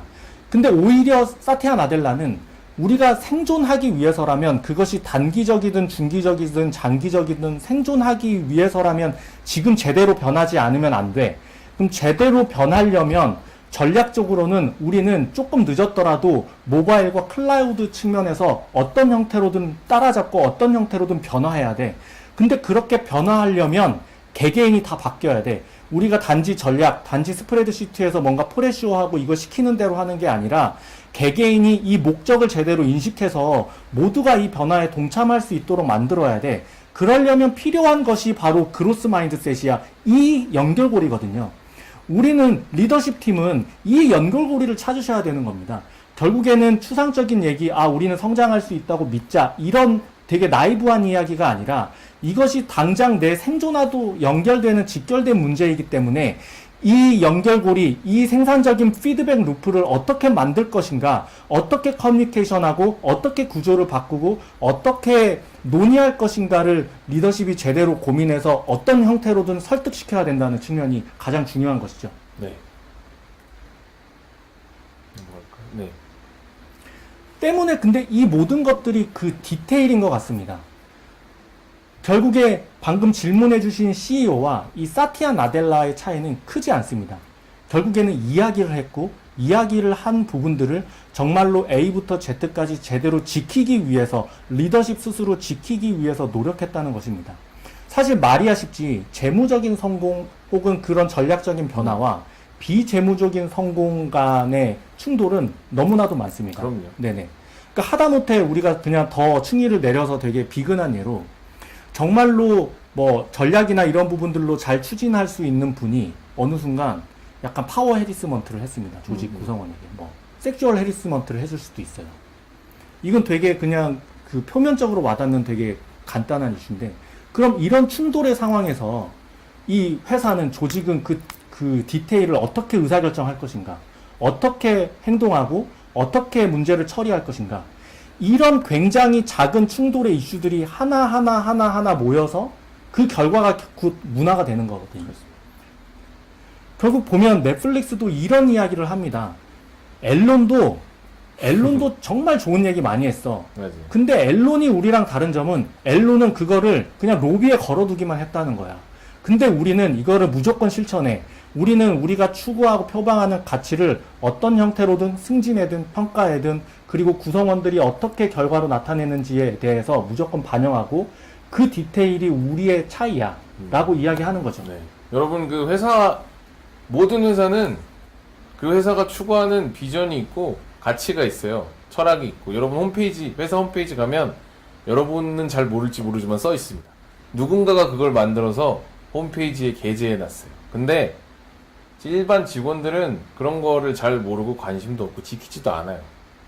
근데 그 지키지 않는 이유는 내가 이 일을 하는 데 있어서 그 회사가 내세우는 가치가 실질적으로 크게 나에게 영향을 미치지 않기 때문이에요. 그리고 회사의 의사결정에 그런 가치들이 전혀 반영이 되어 있지 않기 때문이에요. 그냥 표면적으로 어디서 좋은 얘기들 따다가 이렇게 붙여놓은 그런 여러 가지 뭐 예를 들면 핵심 5대 뭐 코어 밸류 뭐 이런 게 항상 있습니다. 근데 실제 업무와 실제 그 회사에서 이 사람들이 생각하는 것, 일하는 것, 이런 방식들과 이 가치가 한데 어우러지지 않으면 결국은 전혀 의미가 없는 일이 되어버리죠.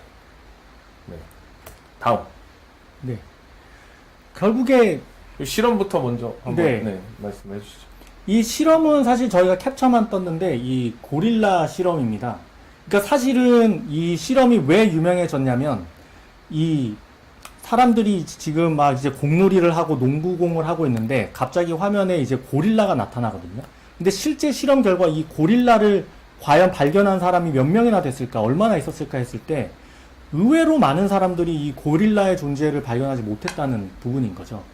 이게 사실 인간의 되게 불안정성을, 그러니까 비합리성을 이야기하는 부분인데, 그러니까 인간은 사실 자신이 주의를 기울이는 것에 쉽게 편향돼서 정작 중요한 것을 보지 못한다라고 합니다.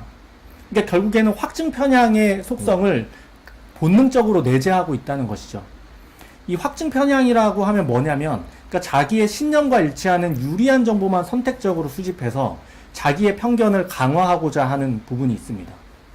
결국에 근데 아까 제가 말씀드렸듯이 성장 마인드셋이라고 하는 것은 그게 개인의 차원이든 조직의 차원이든 이 확증 편향을, 이 비합리성을 어떤 형태로든 극복하게 되는 것이거든요. 그러니까 우리 자신을, 우리 스스로를 제대로 객관적으로 잘 봐야 된다는 것입니다. 특히 리더십이.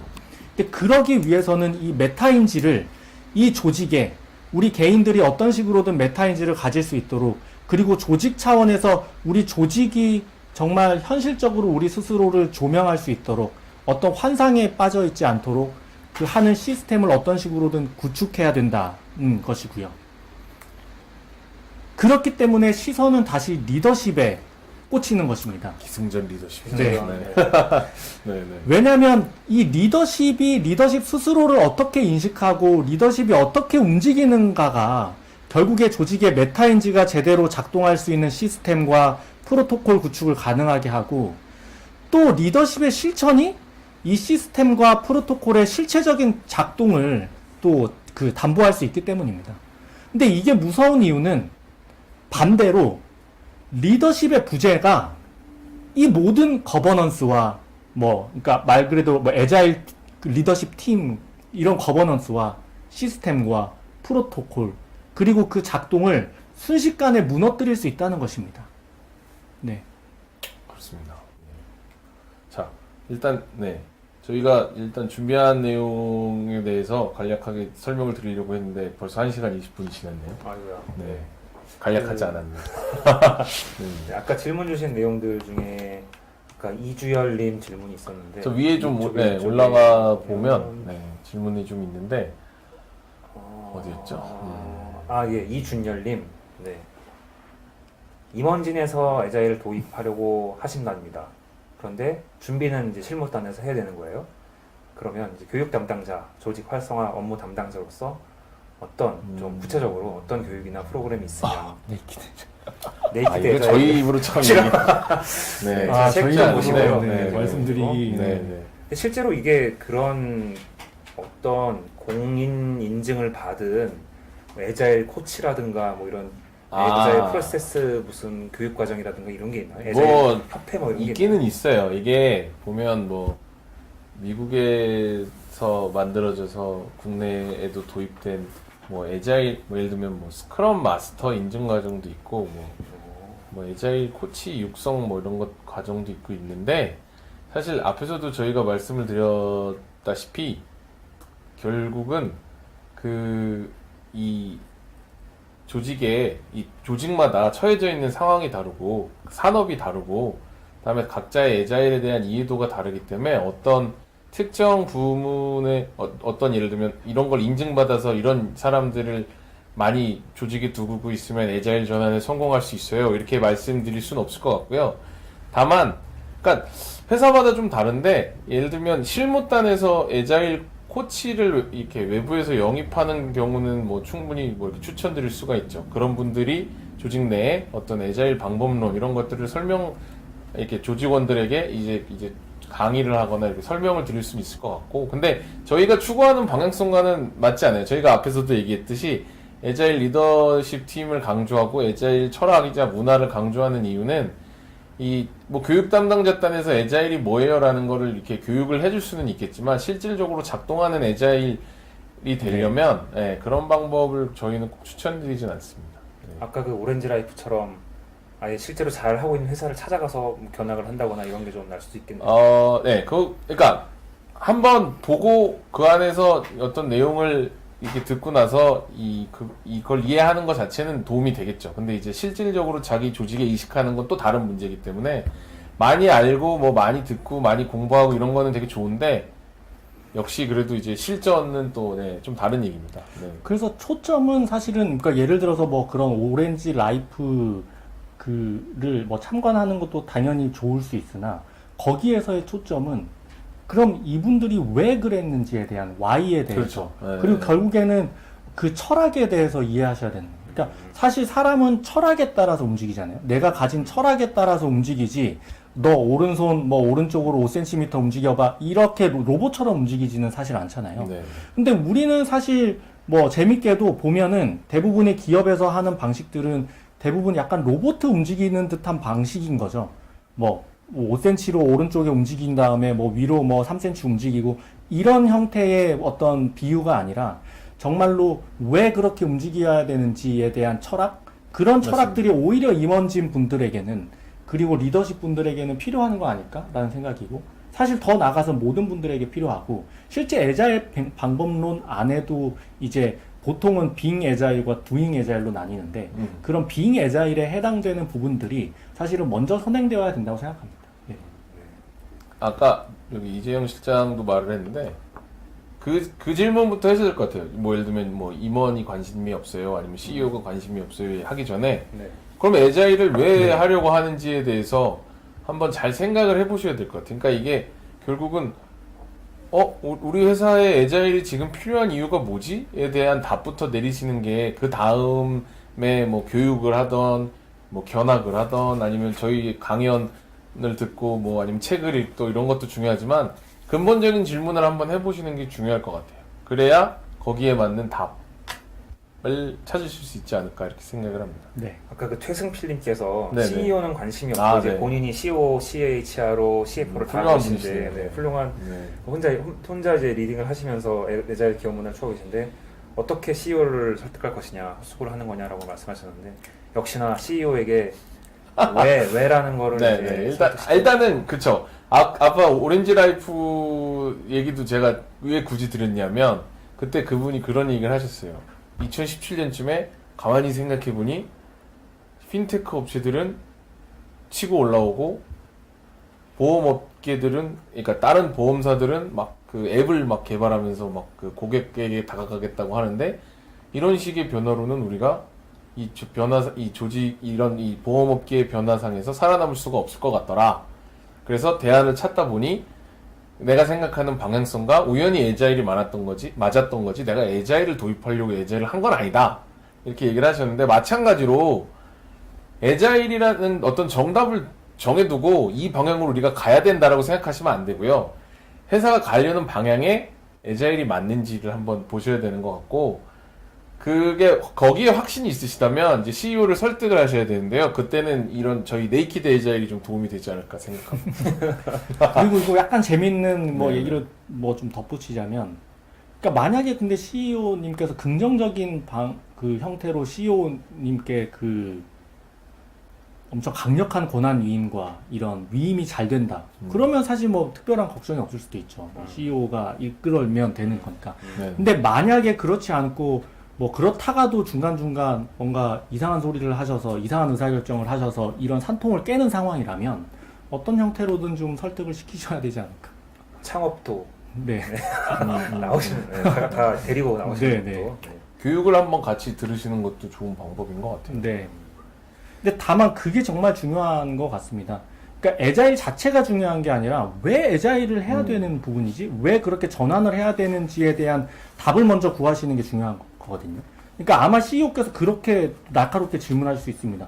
자꾸 에자일 해야 된다고 하는데 왜? 왜 내가 그렇게 의사결정해야 돼? 라고 했을 때 과연 어떤 답을 내리실 건지에 대해서도 진지하게 고민해 보시면 좋을 것 같습니다. 예, 그리고 윤청희님께서 장지훈 기자님 김래원 닮았네요라고 해주셔가지고요. 앞으로 장지훈 그런 기자가 건 왜 읽는 거예요? 장지훈 아니 기자가 많은 때는 질문 중에 이런 걸 왜 읽는 PD님 거예요? 클로즈업해서 네, 장지훈 알겠습니다. 기자만 네. 보여주시기 바랍니다. 감사합니다. 네. 갑자기 동시 시청자 수가 급 강화하는 것 아, 같았어요. 네. 아, 네. 네. 죄송합니다. 그리고 참치김밥 라볶이님께서 참김라님께서 한마디 또 해주셨는데 그 님 문화 이름에 님 붙이는 문화 네. 그러니까 서로 존댓말하는 문화 이런 것들을 하는 것이 그런 걸 써보니까 그런 걸로 완화를 하고 있다고 하셨는데 이런 것들이 에자일 조직에서 실제로 도움이 좀 되나요? 뭐 일단 실제 적용하고 계신 그 이재용 실장이 네, 저는 이제 그 스타트업 씬을 경험하면서 이제 님을 써보기도 했고 지금 있는 이제 어니스 펀드에서는 이제 영어 이름을 쓰고 있습니다. 근데 이제 그 영어 이름을 쓰면서도 공교롭게도 재밌게도 그 일의 기쁨과 슬픔에 나오는 전형적인 케이스로 그 뭐 제 이름이 이제 영어 이름이 세나인데 뭐 세나님 이렇게 뭐 세나께서 약간 이렇게 발음하시는 경우도 종종 있거든요. 네. 근데 결국에는 근데 그렇다고 해서 그 뭐 영어 호칭을 하거나 님을 붙이면서 존중하는 문화가 도움이 안 되는 건 결코 아닌데 여기에서도 정말 리더십이 중요한 것 같습니다. 그러니까 리더에서 스스로 그런 부분들을 파하고 스스로 그런 부분들이 정말 괜찮다라고 그 어떤 형태로든 신뢰성을 보여줘야지 이게 문화적으로도 좀 더 그런 것들이 많이 도움이 되는 것 같고 그 단적인 그리고 가장 드라마틱한 효과를 거둔 때가 뭐 기업은 아니지만 그 2002년에 그 히딩크가 네. 그 뭐 안정환이나 이런 박지성 같은 그때 당시에는 신예에 보고 이제 홍명보 보고 명보야라고 불러라. 네. 근데 그렇게 이제 반말을 쓰기 시작하면서 확실히 그런 심리적인 안정감을 확보하면서 정말로 좀 뭐 제대로 된 경기를 할 수 있었다는 얘기도 분명히 나오거든요. 맞습니다. 네. 그런 부분들이 도움이 안 된다는 건 아니지만 그것들이 이제 리더십단에서 정말 공감하면서 제대로 먼저 실천하고 제대로 먼저 낮아지는 모습을 보여주셔야 그게 문화적으로도 더 빨리 도움이 되지 않을까 싶습니다. 이것도 결국 앞에 말씀드린 심리적 안정감과 되게 연관이 있어요. 그러니까 나이, 직급 뭐 이런 것들을 다 떠나서 어떤 얘기든지 이게 정말 업무에 중요하고 관련된 이야기라면 이 진짜 가감 없이 할 수 있는 그런 문화가 형성이 돼 있으면 사실은 뭐 꼭 님을 붙이지 않고 영어 이름을 쓰지 않아도 어떤 그 원래 기대했던 효과를 얻을 수도 있죠. 근데 지금은 사실 뭐 저희끼리 막 얘기를 해도 뭐 저희끼리 다 존댓말을 하고 있지만 누가 형이고 누가 동생이고 이런 게 드러난단 말이에요. 한국말은 묘하게 그런 게 잘 드러나잖아요. 그러니까 결국은 이 리더십만큼 중요한 게 그 안에 이제 그 사람들이 공유하고 있는 철학 이런 것들이 중요하다라는 말씀을 드리고 싶습니다. 네. 그리고 이제 거의 마지막 질문을 받아야 될 시간 같은데요.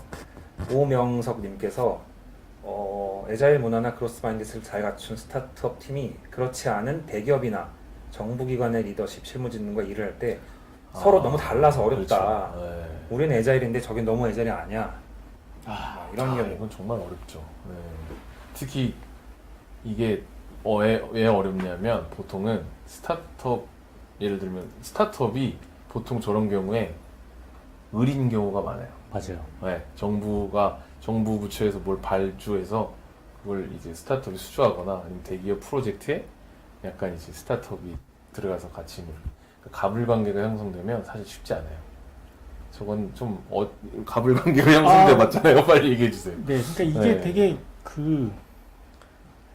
정말 어려운 문제. 저건 진짜 어려운 것 같아요. 네, 근데 이것도 스냅샷을 어떻게 찍어보느냐에 따라서, 그러니까 예를 들어서 저는 이전에는 이제 인공지능 스타트업이었는데 그때 정부랑 일을 할 때 비슷한 문제를 되게 굉장히 많이 겪었던 것 같고, 근데 아마도 또 그때 정부에는 아무래도 보여주기식 뭐 이런 부분들을 저희가 어떤 형태든 맞추긴 해야 되는 또 어려움들이 있어서 그 그로스 마인드셋 그리고 에자일 철학 중에 또 중요하게 강조하는 것이 사실 스피리추얼 그로스인데, 그러니까 결국에는 회복 탄력성, 이런 정신력, 강인한 정신력을 기반으로 인내하셔라. 네. 갑이 그런. 무조건 옳은 거. 그렇죠. 갑이. 생각해요. 예. 네. 그건 그러니까 좀 거기에서 그 어려운 철학을 거죠. 상실하거나 좌절하지 마시고, 네. 근데 그런 건 있는 것 같아요. 이를테면 그 에자일 전환을 할 때 여러 가지 방법 중에 하나가 조직 내에 잘 돌아가는 에자일 조직을 하나 이렇게 만들어 놓고 그 모든 사람들이 그거를 지나가면서 볼 수 있게 해주는 그런 방식이 있어요. 예를 들면 야 얘네 이렇게 일하는데 되게 좋아 보이지 않니? 이러면서 이제 네. 그리고 나서 이제 점진적으로 자 우리 이제 앞으로 이렇게 갈 거야. 이게 하나의 우리가 나아가야 할 방향성인데 미리 한번 마시나 봐 이러면서 이렇게 보여주는 경우가 있는데 뭐 대기업이나 정부기관에 계신 직원들도 예를 들면 이 스타트업이 어떤 독특한 조직 이렇게 좀 혁신적이고 뭔가 이런 조직 문화를 갖고 일을 하고 있다라는 걸 보여주면 사실 속으로 되게 부러워할 거잖아요. 그러니까 그런 걸 계속 보여주고 이게 좋다라는 걸 성과로 입증해주고 이러다 보면 그분들도 생각이 좀 바뀌지 않을까. 저희 사실 대기업이나 그다음에 심지어 정부 산하기관에서 강연이나 이런 요청이 올 때가 있어요. 근데 이제 그럴 때마다 좀 어려운데 어떻게 말씀을 드려야 될지. 근데 이제 같은 맥락으로 우리가 가진 방향성이 맞다라는 거를 공감한다면 그 방향에 맞게. 최승필님께서 에자일의 목적이라는 게 고객과 현장에 잘 대응하는 게 결국 에자일의 철학 아니냐. 네네. 네, 고객이 원하시는 대로. 그렇죠. 네, 네. 그런 말씀을 근데 드렸습니다. 오명성님 질문과 최승필님 질문을 그냥 좀 더 포지티브하게 해석을 해서 그냥 네네. 엮어보면, 근데 확실히 내가 완전 에자일 철학과 에자일만 이해해서 이제 대응을 하시는 분과 모든 부분들을 겪은 다음에, 그러니까 이쪽도 알고 에자일 철학이 아닌, 에자일 방법론이 아닌 쪽도 충분히 알고 에자일을 받아들여서 에자일도 충분히 아는 양쪽을 알고 또 대응하시는 분 중에서 그러면 어떤 부분들이 이런 비슷한 모순적인 상황에서 잘 대응할까라는 관점에서 보면 후자가 좀 더 잘 그렇죠. 대응하실 수 있고, 그런 측면들이 어떻게 보면 또 경험과 더불어서 이제 소프트 스킬을 그만큼, 그러니까 상대방에 대한 이해와 공감의 폭을 넓히는 거거든요. 그러니까 알아. 당신들이 그렇게 요구하는 맥락과 이런 부분들은 충분히 알지만, 그리고 그걸 알기 때문에 우리가 이 정도는 해주지만 더불어서 우리는 이런 부분들도 있기 때문에 하는 뭔가를 애드하는, 밸류를 애드할 수 있는 측면에서의 소프트 스킬이 갖추신 분이라면 그나마 이 어려운 환경들을 그래도 슬기롭게 잘 헤쳐나가시는 부분도 있는 것 같습니다. 네. 네, 정말 마지막 질문 간단하게 받겠습니다. 대현킴님께서 제조업 위주의 조직에서 에자일 문화를 도입한 경우가 있느냐 이런 질문해 주셨는데, 혹시 국내나 국외 이런 제조업에서 라인을 돌리는 공장이나 기업에서 도입한 사례가 네. 있을까요? 뭐 의외로 많아요. 네. 의외로 굉장히 많고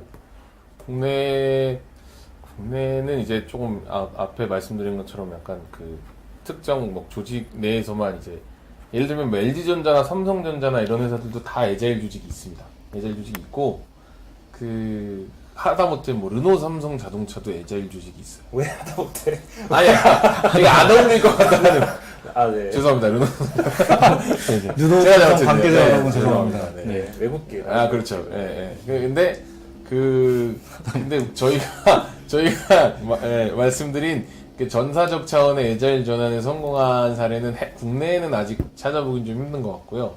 해외 사례 중에는 이제 저희 책에 나오는 이 모닝스타라는 회사도 있고 그 토마토 제조인가요? 네네네. 토마토 미국에 있는 토마토 제조 및 유통회사고. 네네. 그다음에 그 보쉬 같은 경우도 상당히 애자일 전환에 성공한 사례를 얘기를 많이 하고 있어요. 그리고 부품에서죠. 네. 네네. 그리고 사실 되게 재밌는 걸 보면 애자일의 방법론과 그 애자일 방법론 중 예를 들면 칸반, 그러니까 이렇듯이 애자일 방법론과 철학의 상당 부분의 원류가 이 도요타라는 회사에서 또 나왔습니다. 네, 이거 되게 맞아요. 좀 재밌는 네네. 부분이죠. 그래서 도요타라는 회사가 가진 철학과 그런 방법들의 일부가 또 애자일에게 응용된 거거든요. 근데 그 도요타라는 회사를 따지고 보면 또 제조업이잖아요. 네네네.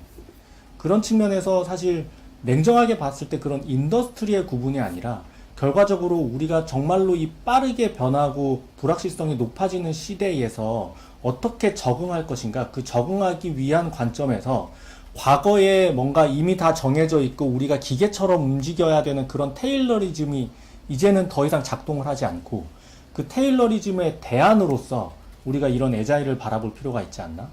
그렇기 때문에 오히려 애자일에 대한 정의는 좀 더 여러분들께서 어떻게 정의하고 어떻게 그 구체화 시켜 나가는가에 따라서 정말 또 새로운 용어와 새로운 방법론들이 많이 나올 수 있다고 생각합니다. 그러니까 중요한 것은 철학이죠. 네. 네네. 그럼 혁신이 필요한 곳에는, 그러니까 혁신이 필요한 산업에 종사하신다면 그게 꼭 IT가 아니어도 애자일이 필요하고요. 실제 그런 시도들이 많이 일어나고 있으니까요. 여러분들이 어떤 산업에 계시든 만약에 내가 정말 고객을 위한 뭔가 혁신적인 뭔가를 해야 된다, 그럼 필요성이 있는 회사다라고 하면 애자일을 한 번쯤 고민해 보시면 좋지 않을까 이런 생각을 합니다. 네, 시간이 너무 지나서요. 오늘 방송은 여기서 마치겠습니다. 와, 늦은 시간까지 수고해 주신 고생하셨습니다. 장재웅 기자님, 이재영 실장님께 큰 박수 부탁드리겠습니다. 감사합니다. 감사합니다. 그 자료 공유를 여쭤보신 분이 계신데요. 자료 공유는 따로 해드리긴 좀 그럴 것 같고, 대신에 저희 유튜브에서 계속 보실 수 있어요. 계속 올라와 있으니까 링크를 가지고 보시면 될 것 같고, 조만간 저희 웹사이트에도 올라갈 예정입니다. 저 6월 강의 안내해야 됩니다. 네. 중요한 걸 안 하시네요. 큰일 날 뻔했네요. 6월달 독자 세미나도 예정이 되어 있고요. 6월달은 또 HBR 5유로에 나왔던 PE 펀드, 프라이빗 이퀴티 펀드가 어떻게 가치를 창출하느냐에 대해서 민선홍 노엠파트너스 상무님께서 직접 나와서 강의를 해주실 예정입니다. 네. 6월 넷째 주 월요일에 뵙겠습니다. 늦은 감사합니다. 밤까지 감사합니다. 감사합니다.